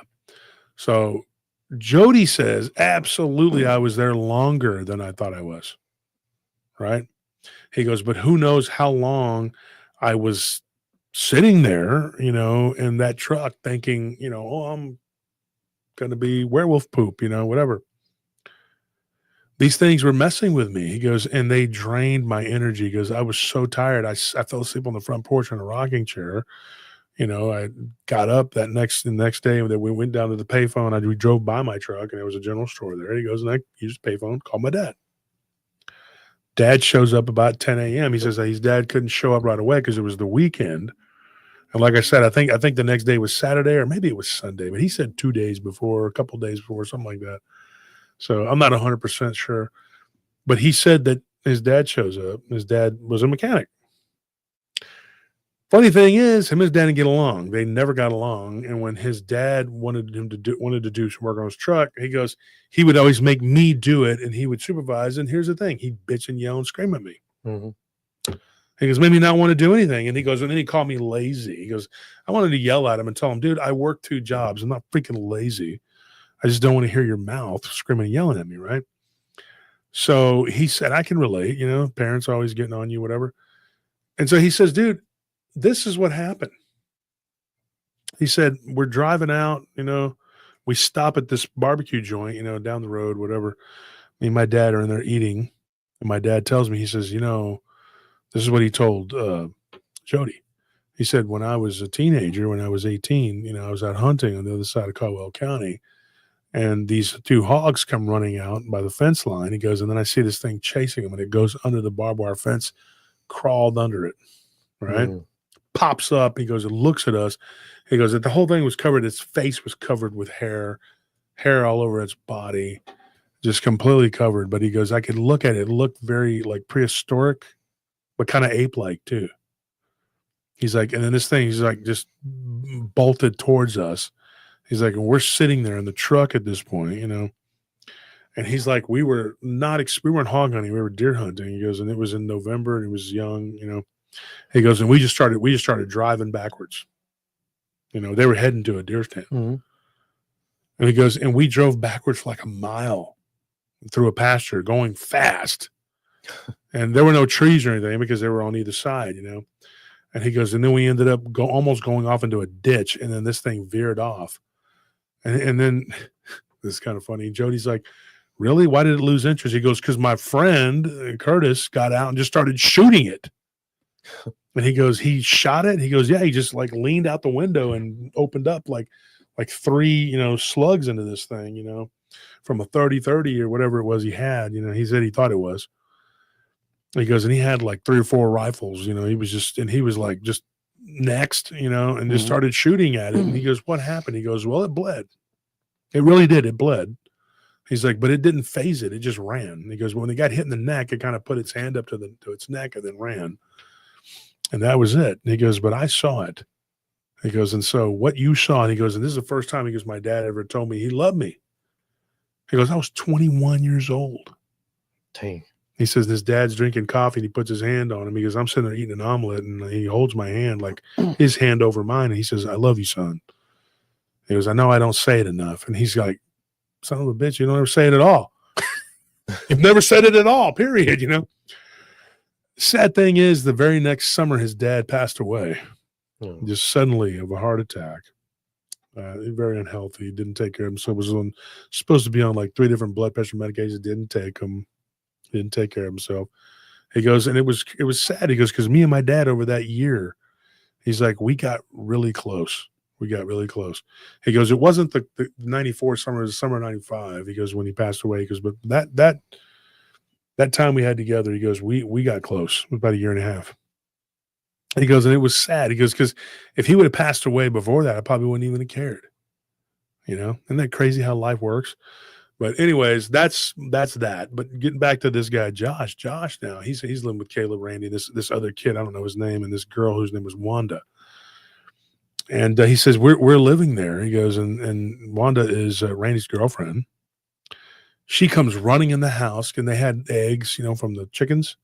And she's like, the chickens are all dead. They're all dead. They go out there, and the chickens are 37 hens, all gone. 4 roosters, all gone. Wiped out. And these things had been chewed up, like something was just put in there and started just eating them all. And they see these weird tracks that look like the backward bent legs. Oh yeah, by the way, that's what they looked like, was that backward bent leg, you know. And he says, and we see this freaking backward bent leg, you know, that footprint. He goes, I knew that's what that was. So Josh is over there. About a couple of weeks after he was living there, Amy moved in because she was dating a guy that her mother and father did not like, and they made a big stink about it. So he started living there with him. He says, come to know later on, Josh is like, the guy was a piece of shit. Yeah.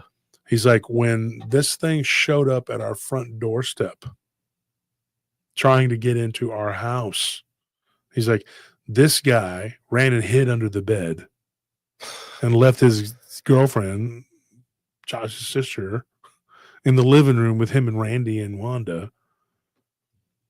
But he said Caleb had brass balls because he goes, as this thing was standing at the doorstep, you know, this was, I kind of jumped ahead, but this is interesting right here. The thing was standing at the doorstep. He goes, I just see this, before I even could hear the crack, I just saw like this thing pop out of its chest.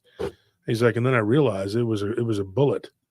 And I heard bam, bam, and Caleb was just nailing this thing. And it was like flipping around and kind of making, you know, weird thing. He goes, I'll never forget when Josh told me this. He said that I'll never forget its head kind of moving off to the side because part of its like trap or whatever had been blown. He goes, and its head was kind of flopping off to one side. He goes, and this thing, he goes, I could have swore it was like smiling the whole time it was happening. And it was like lifting up its hand and putting its hand down because it was falling and getting up. He goes, and then it ran off of the porch with its head like kind of tilted dangling to one side. Yeah. And it was just running with its head flopping, you know. He's like, I don't think there's anything inside their heads. He goes, because he shot it in the head and it didn't do shit. And it wasn't bleeding. It wasn't bleeding. But he didn't say that it was black. Now get this. he made a joke. I said, what did you think it was? He said, dude, it was so long ago. He goes, I used to get nightmares for like 20 years. He goes, but so long ago now. He's like, it looked like nougat. That's what he said. I kid you not. And I'm like, at first when he said that, I was like, what the fuck is nougat? You know, I was like, oh, I said like a white from a candy bar. He goes, yeah. Or he goes, or like maybe when you step on a cockroach. And I was like, ugh. Yeah, gross. And he goes, yeah, it's kind of gross. But yeah, he goes, yeah, it was like there was this white goo inside of it. He's like, and this is what Caleb said. Now, I want to interview this guy. He's still alive. He lives on the side of Liberty Hill, where all the crazy people live. He got arrested. This guy got arrested. He's real like born again Christian, and he's going and doing this victory outreach with these people, helping people that are homeless, whatever. So Caleb is an interesting guy. I haven't talked to him. I haven't even corresponded with him, but from what Josh said and what's his name, Jody got to know him. He said that Caleb ended up getting arrested because he was making moonshine and he was selling it. He was selling it at like county fairs and so these. What is it called? The TABC. No, not T. Well, them too. He got turned in, but the ATF came like arrested him like I don't know if this is true. Is what they said. Yeah, somebody snitched. Yeah, he got in trouble at like a county fair, like at a county fair, like in Mason County or something like that. That's lame. And they came and they were just like, "You can't be selling moonshine, boy," you know, whatever. And so he ended up going to jail, but he had a blue warrant too for something else. I don't remember what, but interesting people, like I said. Went to the territory. And he said that this guy, you told him, he says there's different types of these creatures. But he had a bunch of different ones coming up on his property. Not just there, but when they moved to where their uncle, they called their uncle Festus, kind of like from Gunsmoke. His real name is not Festus at all. I think his name was like Frank, or start with an F, not Frank. It was something else, like Freddie or something like that. Anyways, he said that they ended up like moving, not him, but they did. You know, a couple years later, they moved. Him and his girlfriend, Josh's girlfriend, ended up getting a place, and they were living off of Old Torf in Austin. And in fact, here's another weird little sidelight. That apartment complex that they were living at, we did a story about the homeless people that claimed that those werewolves ate that guy. Right there, he was literally, his apartment overlooked that on the third floor. He didn't see it, of course, but that's just an interesting sidelight, though, right there. So we did it, but that was the lady that told us there's a homeless person supposedly was unalived by this werewolf creature that ate him or ate it, whatever. So anyway, that's a weird thing, but we did that story a long time ago. We covered it. So this guy, he ends up like moving. Hold on, folks. I gotta look at my notes.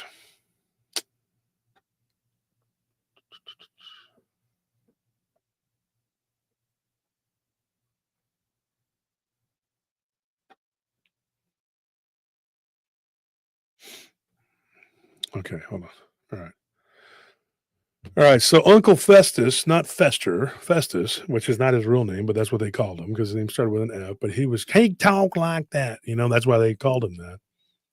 They end up living with him out at this ranch out there, further out in east central Texas. These creatures followed him.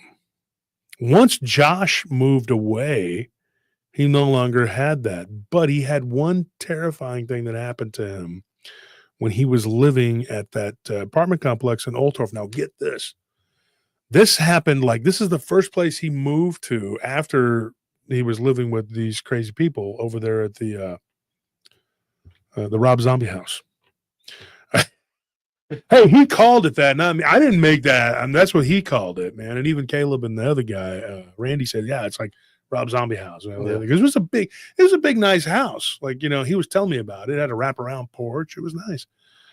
You know, minus all of the marijuana plants, it'd probably be a cool place to be away from everybody. But he says that they end up living out there in East Central Texas. I'm not going to say where because the uncle still lives out there. It's up to him whether he wants to. I know where it's at, but whether he wants to disclose it or not, and that's up to them. But he said that they had this demonic entities were coming to that house, not just in the form of these wolf-like creatures, but these demons. His sister claimed that she saw the devil. Now you hear that a lot. People claiming they see the devil. Yeah. You know, we had that guy, Dustin, the guy that was the movie producer, coming on talking about seeing the devil behind his brother in the mirror, right? It was upside down, sitting down on the ceiling. She looks out the window because she hears giggling and laughing, and she thought it was her friend who was staying the night there, whatever. She's, and I remember her name, it was like Tammy or something like that. But she says, I thought it was my friend. And she goes, and I was like, why is she out there giggling and laughing? I heard her and Randy out there talking. And I thought, what are they getting up to? You know, he's with Wanda. That's his girlfriend, right? So she's like, I opened the window to kind of be like, what are y'all doing? You know, and there's this demonic creature standing there. She goes, and it looks like, the way she described it to me was like it had horns, kind of like a bull, but a human face. But the teeth, everything, the mouth was real far down away from where the nose was. And the nose was just like a line, you know. She goes, it was real thin and pointy. And it had this mouth that was kind of like, you know, a huge teeth. And she goes, kind of like Legend. Like that thing was red with the black horns, but not the big horns. They were just small, thin horns. And she said that it was standing right there. And she called it the devil. She told, and Josh relayed this to me, what she had said. And so she goes, I scream, and this thing just turns its head and kind of laughs. And she just sees it back up. And then it becomes like, she says it kind of looked like a whirlwind for just a second, like, and then it was gone. Like, so definitely like a demonic entity. So it wasn't just these werewolf looking creatures, you know? And then when they first went out to visit these people, they had a big fish fry, right? So they go out to Uncle Festus's place, and he's just like, hey, you know, y'all welcome here. You're a real nice guy. Him and his girlfriend, they're real accommodating. He was a former biker gang member. I'm not going to disclose from where, because that's not good for me to do that. But he said, look, he goes, I was, you know, in this gang or whatever. He said, but I'm not in it anymore. They let me out. You know, they beat the shit out of him to get out. And he was already like 52 years old back then. So he was an older guy, right? He's gone now. He passed away. But he told them that he had seen these two Bigfoot type creatures that were coming out. And one of them had literally uprooted a tree and threw it in front of his tractor. So he was like, they're very hostile creatures out there. But he had never seen these dogmen or werewolves or whatever they were. And as soon as they were out there, Josh and Amy and their girlfriend, boyfriend, whatever, Josh's girlfriend, Amy's boyfriend, they were all out there. Not the goofball that hid under the bed, like a little shit that he was, a little punk ass bitch.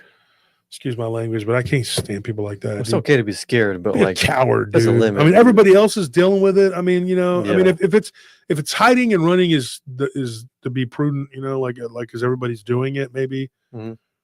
You know, you don't need to be a hero. You need to survive. But if they're out there facing this monster, you too. Yeah. Why are you hiding? You know, especially like your girlfriend's right there. Ah, man, just punk ass. So, anyways, this other guy, he was there with her. You know, he's a pretty cool dude, and they're still together. Actually, Amy's now married to that guy. And so, what ended up happening? They were there out at this ranch, and it was a big ranch. It was like 65 acres. And the people that lived on either side of him, they didn't live there. They just had like a couple 100 acres on one side and then like 100 acres on the other. So it was just like they kept their cows out there. So there was this big, huge property with nothing. And he actually would feed the cows on both sides and get paid for it. So he got paid to let them. And then he leased out some of his land for some people to put their cows there. And he ends up like totally just never had seen or dealt with these werewolf creatures before. After that fish fry, thank you for that, man. It's like, oh, geez, what am I doing? Y'all must not like us anymore. I don't know what's going on, man. I just noticed that. I was gonna say thank you for that. The membership. Oh, this is like the third time in a row we've like, y'all are stiffing us here. Where are our tips? Just the tips. So, anyways, if we're not doing a good job, I mean, tell me this though. I mean, at least if I'm doing a good job, tell me I'm doing a good job of retelling this, because I don't know. I'm kind of wondering if I'm not. And you don't have to do anything, but just at least let me know that I'm doing it right. I don't want people not. I mean, maybe I'm not doing a good job or something. But anyways, these people, what ended up happening, they were like out there in the middle of nowhere, and he was just like, he told them, he says, I have never encountered these things before until you guys came, and now they're here at my property. And he thinks that it was, he said it point blank, because Caleb and Randy had been out there for a while. So he thinks it was Josh, because for whatever reason, they ended up, he helped, what's his face? Jody. Now, Jody actually, yeah, if you think I'm doing a good job, at least give me a thumbs up or say, hey, we're doing good, and hit the like button. That's what you can do. If you're broke, you're broke. I get it, but I don't want to be not doing a good job. That's my big fear right there, is that I'm up here and y'all are just like, this guy sucks. But just that right there, he just 100%, Josh thinks it was him. He's like, it was me, bro. It was me. And so Jody had talked to them, and nothing followed him. Right. But here's what happened. When Josh moved into this apartment in Oltorf, the first night he was there, the very first night he was there, he goes, dude, I wake up, I smell smoke. And I'm thinking, what in the hell is, my girlfriend wasn't in the room. He goes, and I realized, like, oh, wait a minute. She's bartending. She bartended this heavy metal club down the road. I know where that's at. And he's bartending this heavy metal club down off of Riverside. And she's like, that's not smoke from her cooking. You know, he goes, and believe me, she would burn stuff. She wasn't a good cook. He's like, so I get up and I go to the door, and I have a towel, right? And I'm thinking, I'm going to open it, and maybe there's, a backdraft or something. I don't know. He's like, I'm on the 3rd floor. He goes, there must be a fire. He goes, and I open it up. He goes, and there is this fog in the room. It is not hot. It doesn't smell like smoke. It's not sulfury smelling, nothing like that. He's like, and I can see something standing at the end of the hallway. I look, and there was a 2-bedroom. We had my brother was living there. They have another guy who's a brother. And I think his name was Adrian or something like that. But I'm not 100%. Or Aaron. Starts with an A. But he's not really important to the story. No offense to him, but he's not really. He goes, and my brother was at work too. He worked downtown. And he goes, and I'm like, I'm sleeping. I had a job. I had to get up in the morning. And he goes, and I see this black entity standing at the end of the hallway. He goes, and then I notice out of this fog, I see this thing crawling towards me. He goes, and it was crazy. It was on all fours, and it was hooded. He goes, and I see this head that kind of looks like one of those wolf-like creatures, but I couldn't be for certain because it was so dark. He goes, I put the light switch on, and it's gone. He goes, I don't see it. It's not gone. I don't see it. He goes, originally, though, he said he thought it was gone. He goes, and something just hits me from the waist, and it felt like a head push into my stomach. He goes, and I felt like I was going to throw up, and it knocked me back onto the bed. He goes, and then I felt a hand, like, and it was invisible. He's like, whatever it was invisible. And then it threw me against the wall, and I hear this yelling, screaming, whatever out in the hallway. He goes, and then it dawned on me, my front door was open. And there were these people who had come into his apartment, and they're like, are you okay? Are you okay? Because they thought there was a fire. He goes, and then he gets up. He's like looking around the room thinking this thing's going to attack him again. He runs out into the hallway, and he runs out, and he's like, I'm fine. I'm fine. He goes, and then we get out into the hallway. He goes, and we turn and we look, and he goes, it's our neighbors. It's these 2 girls that became pretty good friends with them. In fact, he started messing around with one of them and ruined his relationship. He goes, there's 2 really hot chicks. That's his words, right? He kind of reminds me of Joe Breezy, Josh, the way he talks, No knock on Joe. This guy was pretty cool, man. His name's Josh. Gotta be cool, right? But no, he kind of, y'all know Joe Breeze. He kind of remind me of Joe, like, yeah, man, like that. Kind of like D, like my brother. Yeah. D and Breeze, you both like metalheads, Mm-hmm. So he just kind of reminded me of that guy. He's like into heavy metal. In fact, we used to listen to the same kind of music. And he actually went to my club a few times. I never knew that he got in there because we had like a heavy metal sometimes on Thursdays. We'd have like these rock music, whatever. So he says he was like, we're out in the hallway. He goes, and this girl, she's freaking out. She's like, what happened to all the smoke? He goes, I don't know. He's like, is this apartment haunted? She goes, I don't think so. The people that lived there before were college kids and they were really nice. And so he just says, that's it. He's just like, I don't know what the freaking F is going on. He goes, but then I go back into the apartment. He goes, and I'm just sitting there on the chair. And then he hears a knock on the door. And those two girls are like, you want to come over to our apartment? Because they live right next door. And he was like, yeah. And he was freaked out. 3 in the morning, 3:30, whatever. His girlfriend, this was about midnight. He says his girlfriend rolls in there and she's all tired. She's been working. And she's just like, what's going on, honey? And he's like, yeah. He goes, really weird stuff happened, and the girls told her, and she was like, holy crap, really? And so that was the first night they were there. The first night. And it got worse. There was some other stuff that happened that culminated in a bunch of weirdness or whatever. But so folks, I hate to do this, but I have to go to work early tonight. I hate to. It sucks. I got to be at work at 11. Well, I got to get started by 11 because I got somebody that's working for me. They started at 9. And they have to go and work another place. We are very, very shorthanded.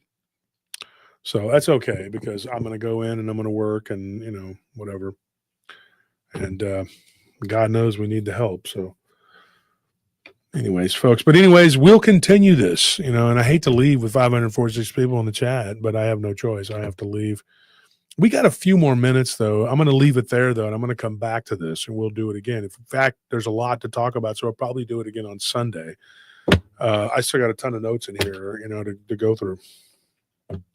Melissa says, do a live stream from work. I wish, man. I just have too much. I can't. When you're driving, dude,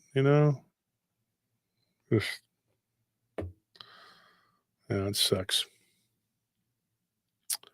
I'm glad you guys show me some love, man. At least tell me that I'm doing a good job or something. So I feel like the last couple of nights, maybe we weren't, maybe y'all didn't, I don't know, like maybe we weren't bringing it or something because it doesn't really, there just wasn't a whole lot of Thank you for that, man. I mean, I don't need somebody to tell me like, oh, you're great, whatever, but at least know that I'm doing my job. I mean, like say, hey, you're doing it, And hit the like button too, man. The more likes we can get, the better. It helps with the algorithms and everything. And as you know, we're constantly under attack and we're being mass reported by the dumb shits and their fake accounts. These people will never learn.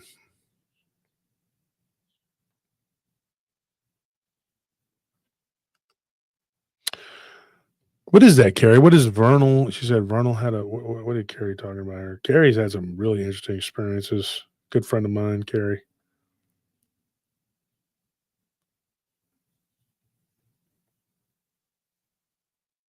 Quacks. Cult dues. Thank you, man. Appreciate the donations. It really does help. And if you don't want to donate through there, you can always do it through PayPal or whatever. Yeah, they're all insane, dude. I mean, like, dude, it's crazy, dude. Like, I mean, like the guy that was on the show on Monday, Bob, he was talking about all that weird stuff, these Bigfoot up in a tree and stuff. I mean, it's hard to comprehend, dude. And I agree with Jerry to a degree, but I also do believe that there are some that may not always be evil. I thought about that quite a bit when it comes to Bigfoot, because, I do believe that there were some that were spared during the flood, because if not, they wouldn't be here. So, I mean, I think that what we're dealing with, there are some that may have been decent, or they don't care one way or the ambivalent, but they definitely have the vessel or the body to be possessed by something really demonic. And I think that when they see like a Bigfoot, and I've had people tell me, in fact, there was a story that just off the top of my head, it was near Eugene, Oregon. It was one of the stories I heard when I was young. And this was like somebody telling me like a secondhand story from a secondhand story. So take it with a grain of salt, right? I'm not going to sit up here and say this is some amazing real story because I don't know. And I was like 17 years old or something. And they were telling me this. I think I might have talked about it when Bigfoot Dwarf was on. But they were telling me about this Bigfoot that was like coming to their cabin out there in Oregon in the woods, and it was normal. Everything was good, and they would give it oranges, right? Always something stupid. And then, like, they saw it one day, and it was like all red-eyed and angry, and it was the same creature. And who knows? Like, it turned on them, and then it unalived their cat and their dog, but they said the eyes changed. I mean, 2 years, and there was no problems, and then it just went crazy, and then they had to shoot at it, and then it went away. Now, this was somebody who told me that he was told that story by somebody else. So, that one comes to mind, or, just off the top of my head. That was one of the earliest ones I'd ever heard about Bigfoot habitation. But I've heard other people talk about Bigfoot and say that is something that they do. I mean, that they'll, from a biblical Christian standpoint, you could look at it like they could be possessed. I mean, who knows? I don't know. Oh, there you go, Sailor. Black goo infected it, because demonic. So, and like I said, I'd love to do another hour, but I can't. I got to go. I got to work. And Anthony's got to go to work too. He's got to go cover for somebody so they can go to another side. So we're shorthanded.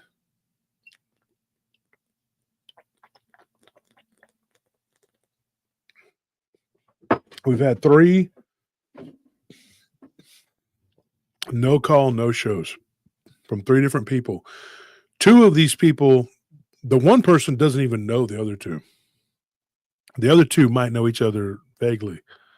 So this wasn't coordinated. This is just the devil biting us in the ass. One of the guys was a really good guard. I've never, well, 2 of these people, one of them was a female, one was a male. They were really good. Never had problems with them. And then they just ghosted us. And I can't tell you why.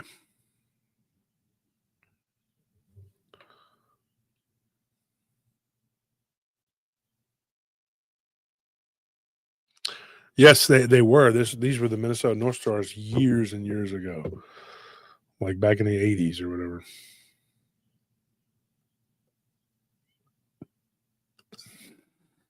This person says, look, it don't matter what color eyes it has. I ain't feeding it nothing. I am going the other way. I don't want to be friends. Me neither. I'm with you on that one because, like you say, it is what it is. I'm not.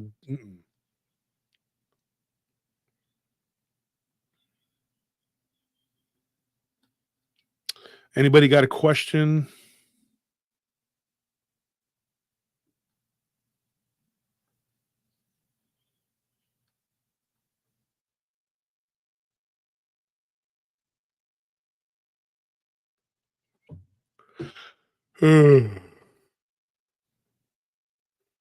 How do you spot a vampire? Well, that's a hard one.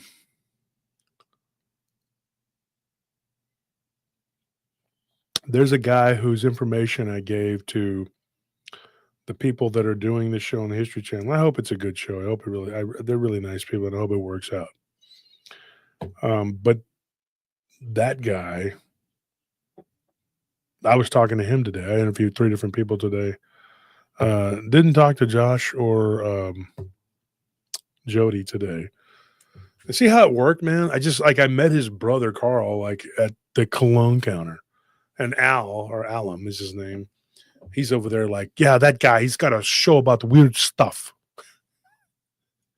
And the guy was like, yeah, well, that's cool. We started talking because the guy was talking about your store is haunted or something because something fell off the shelf. It was just an innocuous thing. And I'm just standing there, and I'm not even and he was saying something about, whatever. And he goes, well, that guy's got a show about weird stuff. So I gave him a business card, and whatever. We ended up hitting it off, and he says, I got a story too. He goes, I don't know what it is. And I think it's a vampire. We'll talk about that one too. That's Carl's. And he got his own show. Let's do his own show. He's got a weird encounter. And but he told me, he said, my brother was attacked by werewolves. And I said, really? And he says, yes, dude. And he was, at least he says he was, and he goes, I don't know. He's like, I know what happened to me, you know. So that's how it started. That's how we talk. But you know, I was at the drive-thru of a coffee shop, and I was with Anthony, and we met a girl that is Hopi, and she told us a story of like what could only be described as a skinwalker, you know, and so she just gave us that story. Um, it's weird, man. She's Hopi and Pueblos, put it that way.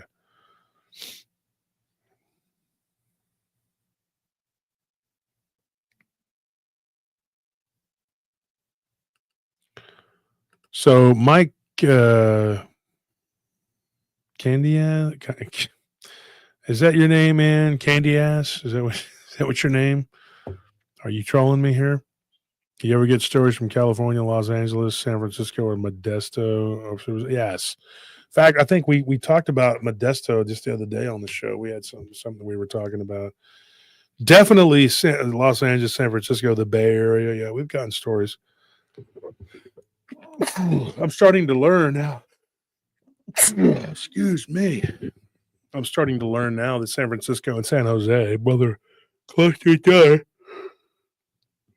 both have like vampires. You know, it's a stronghold. I didn't know that.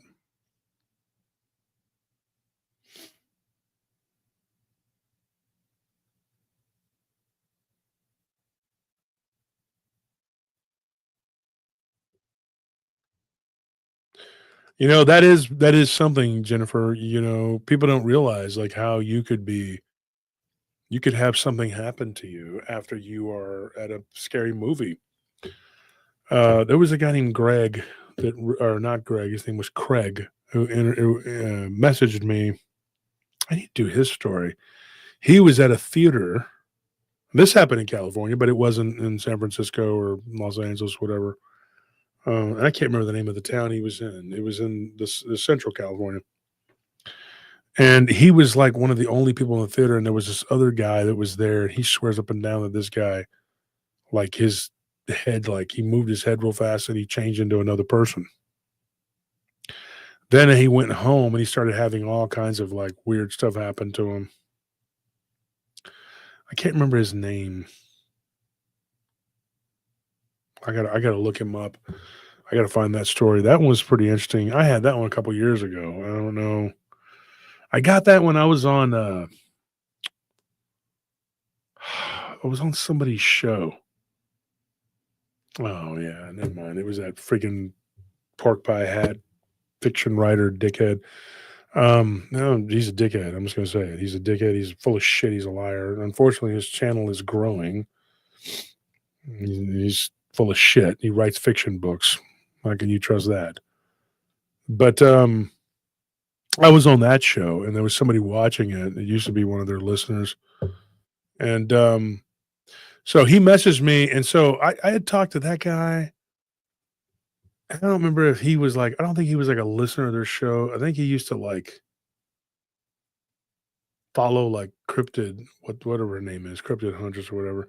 The one that Mike got us to fight. And you know you did. That's what you did. Because he trolled us pretending to be Bradford Johnston is what that was. And me and her got into it because she wouldn't listen to me. I was trying to tell her, look, this is him. These people are hideous, ridiculous. But that guy, he was like a listener of her show or something, but he messaged me. And then he said that he didn't want to talk about it because he was like, he had felt like it was wrong or evil, like he shouldn't talk about it or something. And then a couple months later, he messaged me out of the blue and says, I want to talk about it. And then never said anything else. But he gave me the story, which was pretty interesting. I need to tell that one.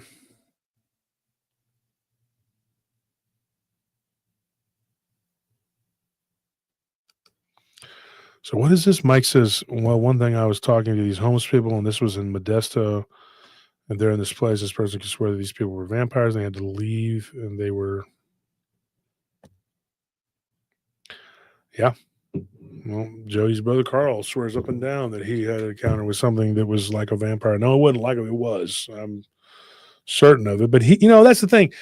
Okay, so this guy says he had a vampire encounter, right? But people say that they don't exist, so they just dismiss it and say, well, it wasn't that. It was something, but I don't know what it was. No, you saw a vampire. Let's just be honest, because now we know.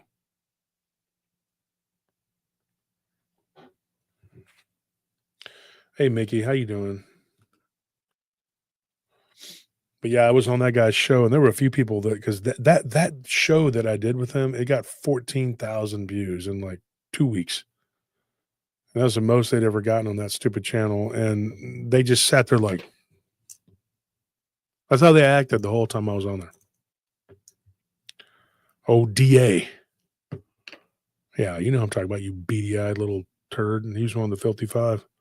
He's one of the first people to run over there and support old what's-his-face. Where's he at now? Is he using a fake account? Because I haven't seen him over there in Mike's shit lately. And these people are just, in my opinion, they're horrible people. I mean, they're just, they have a narrative they want to spew out, and that's it. They do terrible work. Their shows, if you watch their shows too, I promise you, if you look at them long, you'll fall asleep. I can't even, they're so stupid. They think I go and watch them. And you're like, dude, why would I watch you? I could watch paint dry in my garage right now instead of doing that. Let's go there. Another coat. No. You know, that's, and then they get mad and they blame us because they're for their lack of success. You blame yourself for your lack of vision. You're terrible. Your shit is terrible. Bunny Man. Oh, dude. There's this story I got called The Black Bunny Man. There's black people from Hearn and from Beaumont. And actually recently, I got a story not from Beaumont, not Tyler. It's in East Texas. It's going to come to me. As soon as I get off the air, it's going to pop in my head. That's how it goes. Always, dude. And then I'll be looking at my phone and be like, there it is. I don't want to have to look it up. But it's a story called The Black Bunny Man, and it's from the black community there. And let me tell you something. I'm not bragging or saying, oh, these people will give me, but the natives, like Native Americans. And I'm not talking about natives. I'm talking about Native Americans.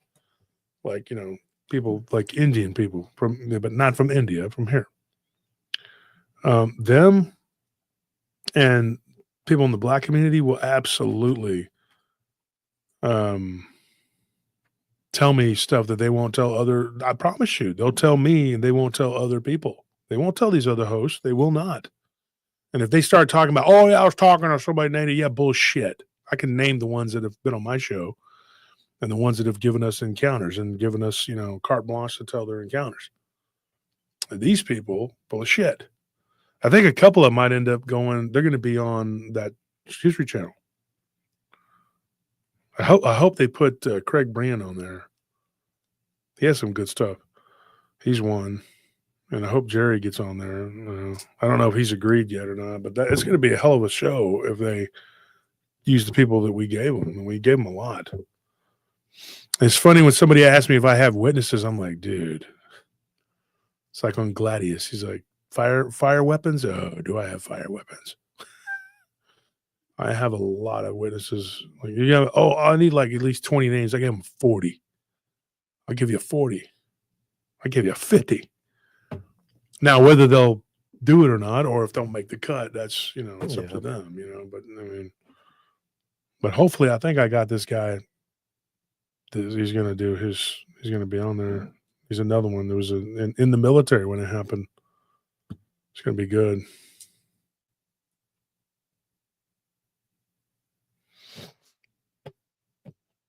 And I've had lots of people, and let me tell you this too, and this is another thing. I've been on 5 reservations. 5. Was invited, didn't show up on my own and go run around trying to talk to people that don't want you there. I was invited, and I did take the button with a couple of them.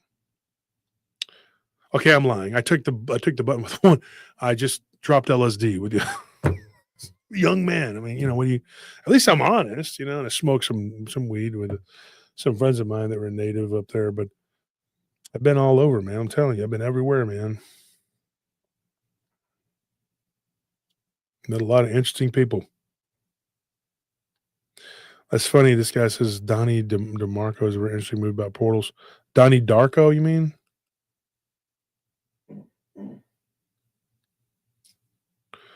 One of the people that I recently got, in fact, that's weird because one of the people that I interviewed today, his name was Donnie or Donald, but his name is Donnie, and I'm going to be doing his story too. He's got some interesting stuff. Wild stuff, man. Weird, wild stuff. Anyways, folks, you know, what I say, these people are like, oh, I'm going to get you now. You ain't getting shit. What are you getting? Because you don't get it. That's why people don't go to you. Every now and then they'll get somebody, they'll con them into whatever, these goofballs, you know. But for the most part, these other channels, they just like, not all of them, because we got a lot of good friends that have good work, you know. And you know who they are. I got about 24 people that I like their shows and I think they're good. But there's, you know, about half a dozen that are just plain hot garbage. They just rip people off. They go, and there was this one guy like on a chat the other day, and he was like complaining about people not giving him respect or love or whatever. I know he's going to talk about me because I've shouted out to him. But this one dude showed up on there and he was just totally trashing me with those people on Reddit. And I was like, oh, really? And he's talking about, yeah, there's all these people that are just, you know, copying other people and using other people's stuff and doing all this. I know you're not talking about me, dude, because I don't copy shit. I don't have to. If it happens that somebody else did it or whatever, big deal. Witnesses will tell their story to me and somebody else. So what? You don't got to copy. I don't got to copy anything. I know that dude, that little guy. He needs to watch himself because he keeps talking trash over there. I'm eventually going to out him out. I'm going to tell you who he is. You go watch a show and you tell me who's better, because that's what these people do.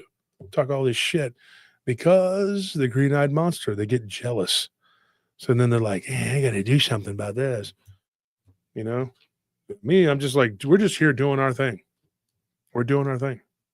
And those people, they get all mad because, you know, they want to be us.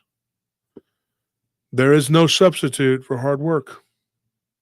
Right? Of course. What did you say the other day? You said something. I'm going to leave you guys with this. You said something about people getting upset because they don't want to do the work, or what was it? You gave me this, like, I said I was going to talk about on the show. I was going to use it on the show. Man, I'm always ranting about something. But a lot of times you're quiet though, and then when you get wound up, you get wound. You were telling me and Tony. Yeah, I mean, like, I'm not. We were doing something out at the ranch or something. I don't know. I mean, what was I talking about? Like entitled people or something? No, you were talking about these people in the community that want to, like, just, they kind of want to, like, you didn't say the words, but I know what you were getting at. Like, they buffalo everybody. You know, they make people think that they're really putting in the work and they're not. And there's no substitute for for what we do, because we bust our ass. Like, I hustle, dude, and I built this shit, man. And these we people work together to earn like everything that we have, and people, you know, they see that and they think, why not me? I should have that. Yeah, that's what it was. You said what? Yeah, that's what it was. So Anthony was basically saying, like, these people have this mentality. What time is it? He said they have this mentality of, like, why not me? Why does he have that and I don't? The reason you don't have it is because you don't put in the damn work. Yeah. You're too busy trying to take shortcuts and con and scam your way through life. And I'm not talking just about this douchebag up in Oklahoma. There's a whole passel of them. And they do that, man. They just, and then they're mad because you have the subs and they don't. And they say, oh, he bought and paid for his subs. No, I didn't. No, I did not. And not a single one has been bought. They have turned me in over and over again with that accusation, and we've talked to YouTube about it. And I said, check it. Check my stuff. Go look if the algorithms show you. Go look on Social Blade. Tell me if that shows you that I'm buying subs. And they do. They buy views. They buy subs. They use fake II stories. None of that shit here. It's all real, and we've grown organically. Because I have the money to go and buy subs if I want to. I could buy views. I could buy comments. They can buy comments, right? They can buy those, right? Yeah, you can buy likes, comments. Views, comments, subs. Views, subs. You can buy all of that, right? Right? So that being said, if I wanted to, especially in the early going, we could have bought a bunch of shit and done that and just Never going to be that. Never going to do that. Never. I will not do that ever. Like what Wendy said. I've been on the phone with you guys, and you hustle for encounters. In the drive-thru, you gave your card and told them what you do. Oh yeah, Yep. yeah, dude. I gave away 3 business cards a day. Mm-hmm. You know, I walk into the 7-Eleven and I'm hustling. I mean, I just want to get the stories. I want to get the encounters, and it goes to you guys, my listeners, and then you can make up your mind what you want. You know, you want to believe it, believe it. If you don't, you don't. I don't know.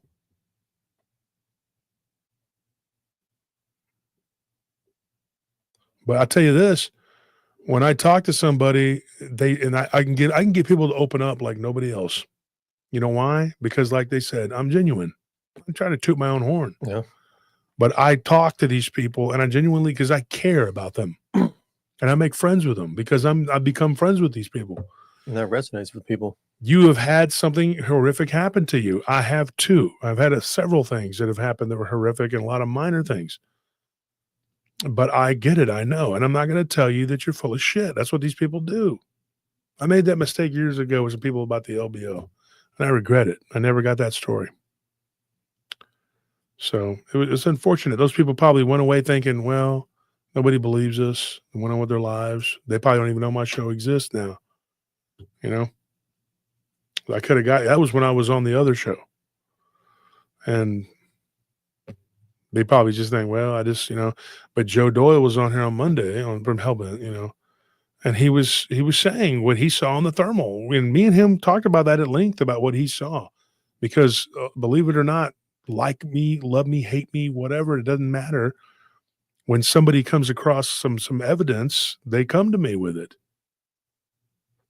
I have interviewed thousands of people because, and thank goodness, I've been friends with the NADP, the IDP, and all these other groups and organizations.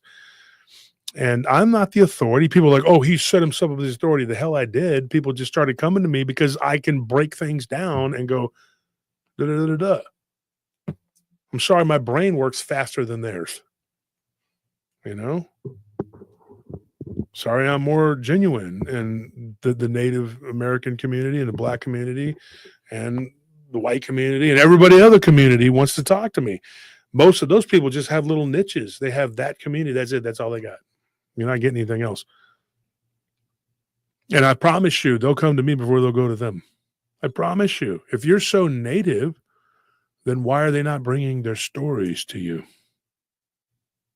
Answer me that. Riddle me that, Roach Man. And you can see with my beard shaved, look at my cheekbones. I promise you I'm more native than you. 100%. I'm 25%. But I guarantee you 100% that I'm more native than you. I'll put money on it. In fact, we take a blood test, I'll give you my house. Because I know you won't pass the mustard. 6%, I promise you, I'm probably at least 30%. So go get mad. Look, see the cheekbones? You don't have those. Lick the back of your teeth, folks. Up here at the top, lick the back of your teeth. Do they curve? Do they curve? Because that's a surefire way to see if you have that blood in you. People don't know these things. And they come here, they learn.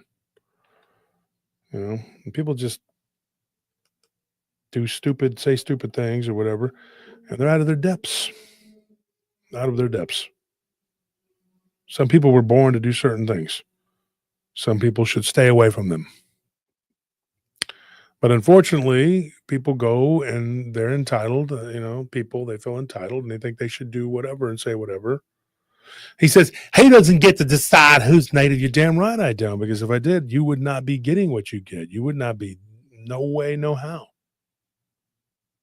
It's a shame that the Native people the Native American people have to suffer the likes of people like that. Where's the respect for them? You said I attack your Native heritage. What Native? You don't have a Native heritage. A card with a booger on it doesn't make you a Native. Huh? That's my take on it. I don't know. He says, got to get my dentures out to look for that.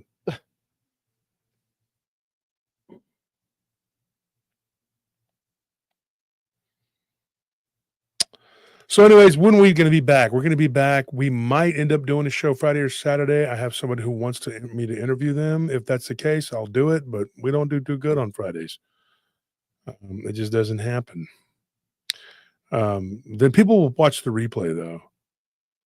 But I hate when the guest comes on. There's only a few hundred people. I'm like, well, whatever. Like 375 people, whatever. Exactly. That's what these people want, man. They're all full of crap. But look at the politicians. They do the same thing. Remember that lady? She said she was black, and she's turned out to just be a white lady. Elizabeth Warren says she's a native. She's not. Kamala says she's black. She's not. They just go around claiming all kinds of shit, and they're not.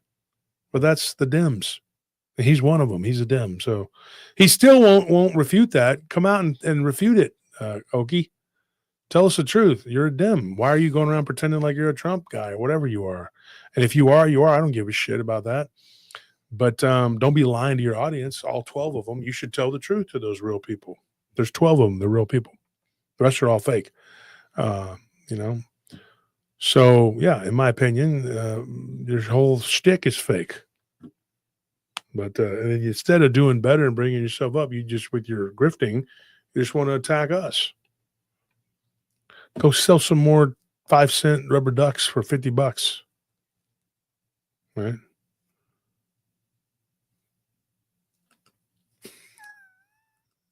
Head trip. My great grandma was a Cherokee princess. Laugh out loud. Stop saying that. They always choose Cherokee, but you know what it was? Because on the Dawes rolls, they could pay $5. And they would get benefits because the people that were running it were crooked. They were crooked. And so the Dawes rolls, your great grandpappy could get on there and lie. And then that's how they did it. They don't go by blood. That don't fly here in Texas, man. Unfortunately for me, I can't go and just be like, oh, I'm native, but even if you took the blood test, you'd have to have a tribe that would accept you. And mine's been decimated. There's like less than 800 of them that are pure in the entire world. It's unfortunate. Patrick Appleseed says, Wolf and family as well as the rest of my PRG family, please pray for my mother. Oh, I have to love her from a distance again. She allowed her addiction to get between her and her grandchildren. Oh. That's too bad.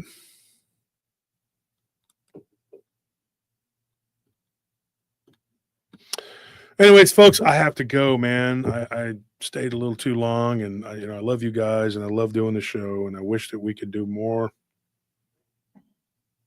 but we will.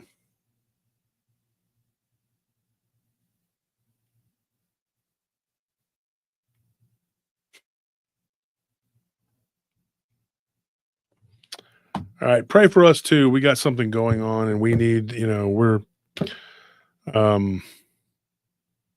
need some help, man. All right, guys. Thank you, guys. We love you. I got to run. No outro song tonight. I just got to bail. I'll see you. Good night.